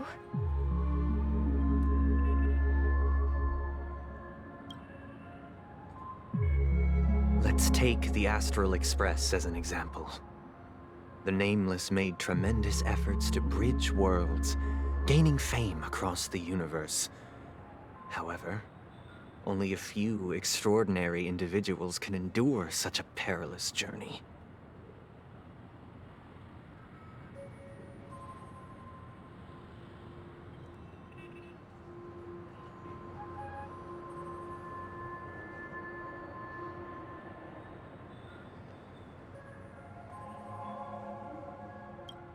That's because the pursuit of the Trailblaze exceeds the capabilities of ordinary humans. Otherwise, why would this path be filled with broken rails, an abandoned express, and even a fallen eon?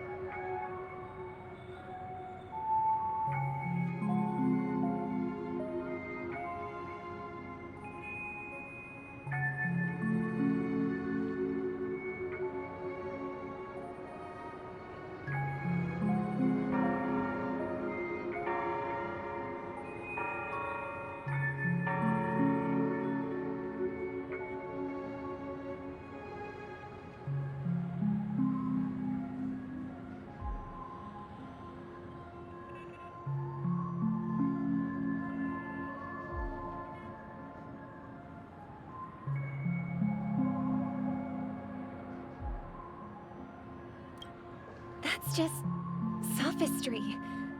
If that were true, then only the powerful would have the right to determine the future. Unfortunately, that's exactly what happens. Another name for the future is self-value.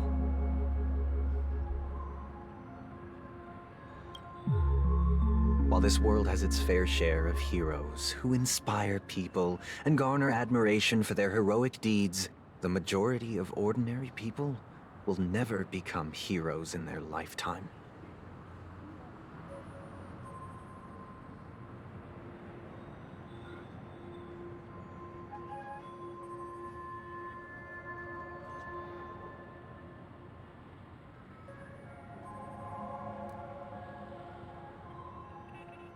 Some are born weak and vulnerable.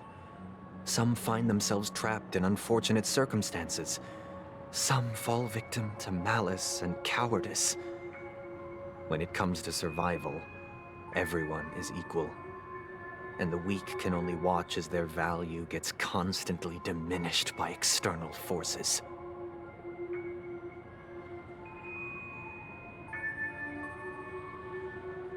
That's why we should care for the weak and support them as if their suffering were our own. That's what the Odes of Harmony have always taught us. While the Harmony holds noble aspirations, the strong will always be strong, and the weak will always be weak. Even in this carefree dream. Human nature contains greatness, but it also harbors inherent weaknesses that can't be eradicated.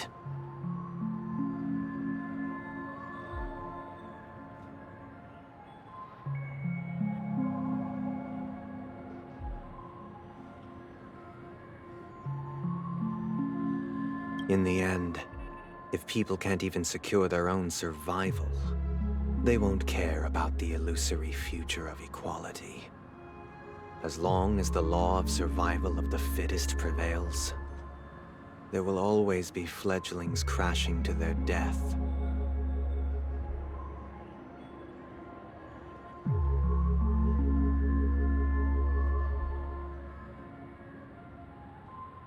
But if people don't live for the future, do they merely exist for survival?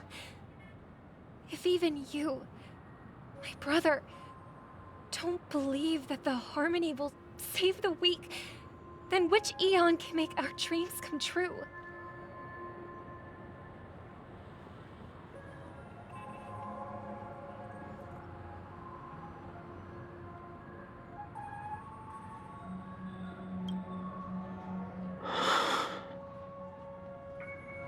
People often forget that when the first bird took flight, the entire world envisioned a future where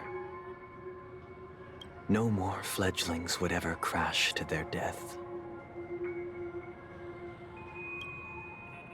Are you reading, sister? What are you reading? Mr. Gopherwood gave me a picture book. It's about the story of the harmonic strings.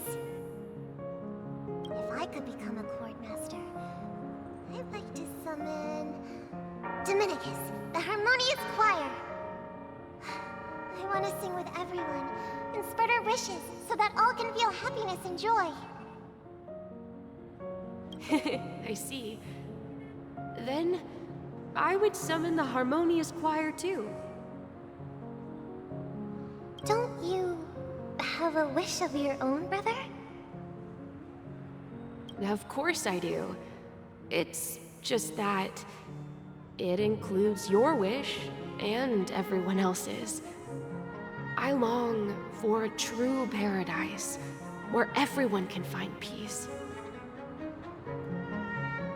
Then, let's build a stage there and invite everyone to our performance so that both our wishes come true through the power of the harmonious choir. It's a deal then. Yeah, it's a deal. But how can I become a chord master?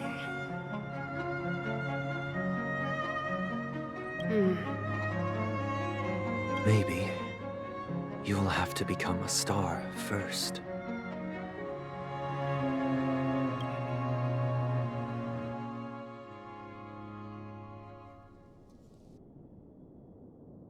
You're back sooner than I thought. Any results? Yes. And now, it's up to us to forge ahead. Since he's already carried out his last wish, my final mission is complete. But pardon me if I sound curt. It's good to have determination. The path Mikhail left for you is not an easy one to tread. Why else would he have chosen to sleep in solitude, staking everything on some nameless in the future?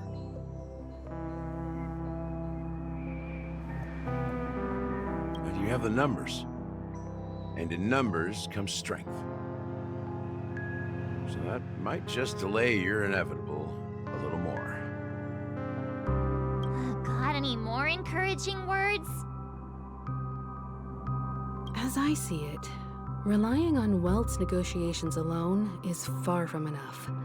Regardless of whether the other party will be compliant, negotiating simply allows us to meet them as equals and won't grant us an upper hand. Peniconia is our rival's home turf, and we already have very few chips left to play with. Rather than idly sit around while the family's got us blocked off, an offensive approach might be a wiser course of action. We're more familiar with the Stellaron's properties than most, and since it's the key to stabilizing the sweet dream, it's vital to the family's interests. By attacking their core interests, they're bound to retaliate hastily. And as the saying goes, haste makes waste. That's right. As long as we pose a threat to the Stellaron, either with words or otherwise, we have a chance at gaining the upper hand. But the problem is, on the eve of the Charmony Festival opening, how exactly are we going to get close to the theater? Family security will be airtight, and if we brute force it, even if we succeed, it's too risky.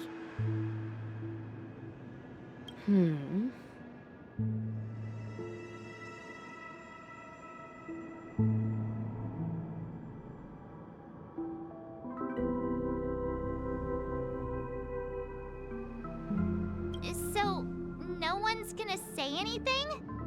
Then I'll raise my hand. I know the answer to this question.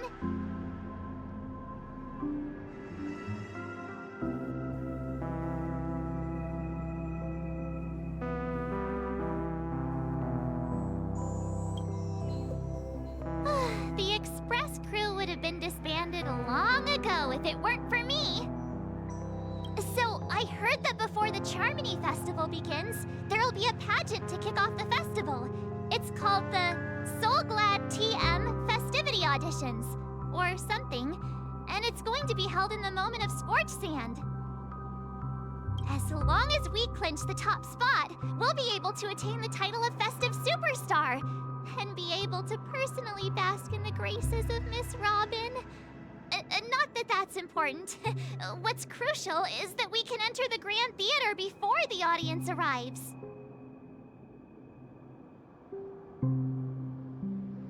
So, how do we go about participating in these festivity auditions?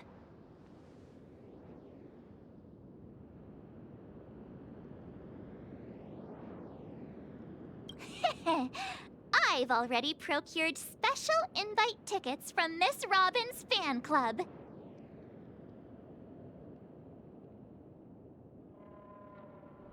To tell you the truth, I had been preparing to join the auditions all along, but now it looks like even if I scrape through, I probably still won't have the chance to shake Miss Robin's hand. So they're still running this thing, huh? It was originally just a publicity stunt, set up by Mikhail to drum up attention. But it looks like it might be worth a shot.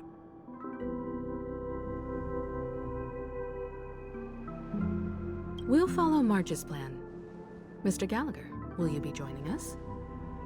I'm afraid I won't have the time.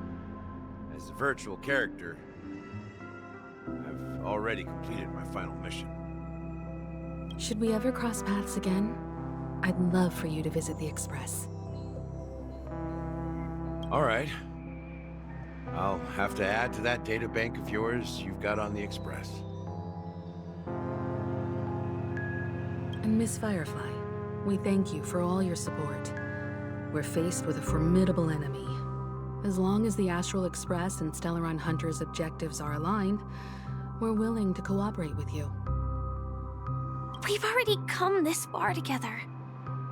I'd like to join you for the rest of your journey on Peniconia. I'm pleased that we can finally fight shoulder to shoulder. I couldn't ask for a better ending. This is also the spirit of the Trailblaze. Now, everyone, let's prepare to move out.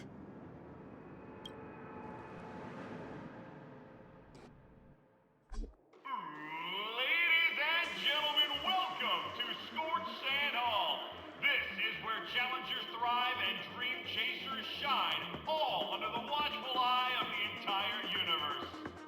If you have ambition, dreams, and the drive, dear friends, the next superstar of Penaconia's Charmony Festival could be you! Oh, wow! They've really outdone themselves! Oh, I'm starting to get excited!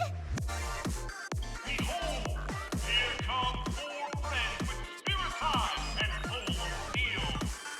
You aspire... Is he talking about us? Yes, you!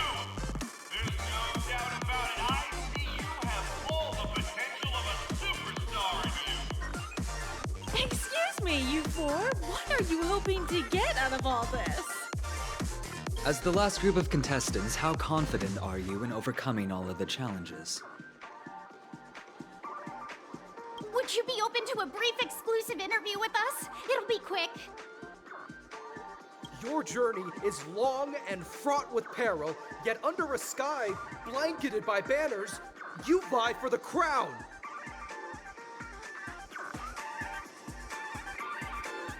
The sword and rose! Protect the beauty! Magnificent and majestic! A knight's head is hard as steel. Brother Lance's focus is stubborn as a heel. We don't all have to be winners, but if we don't have fun, we'd all be sinners. People are pouring in.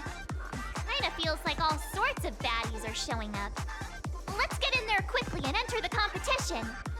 Ladies and gentlemen, please make way. Make way. Coming towards us now is one of Penaconia's top 10 wealthiest tycoons, and the soul-glad business empire's founder, Mr. Ideen. Allow me to introduce myself. I'm the director of Soulglad's factory, Ideen Leader. My 4 friends, introduce yourselves to the audience across the cosmos. Hello, everybody. I'm Himiko, a nameless from the Astral Express, and these are my companions. Don't you guys need to hide your identities? We can't hide it anyways. Peniconia is plastered with our posters. And because the Astral Express is so well known, the family won't dare to make any rash moves.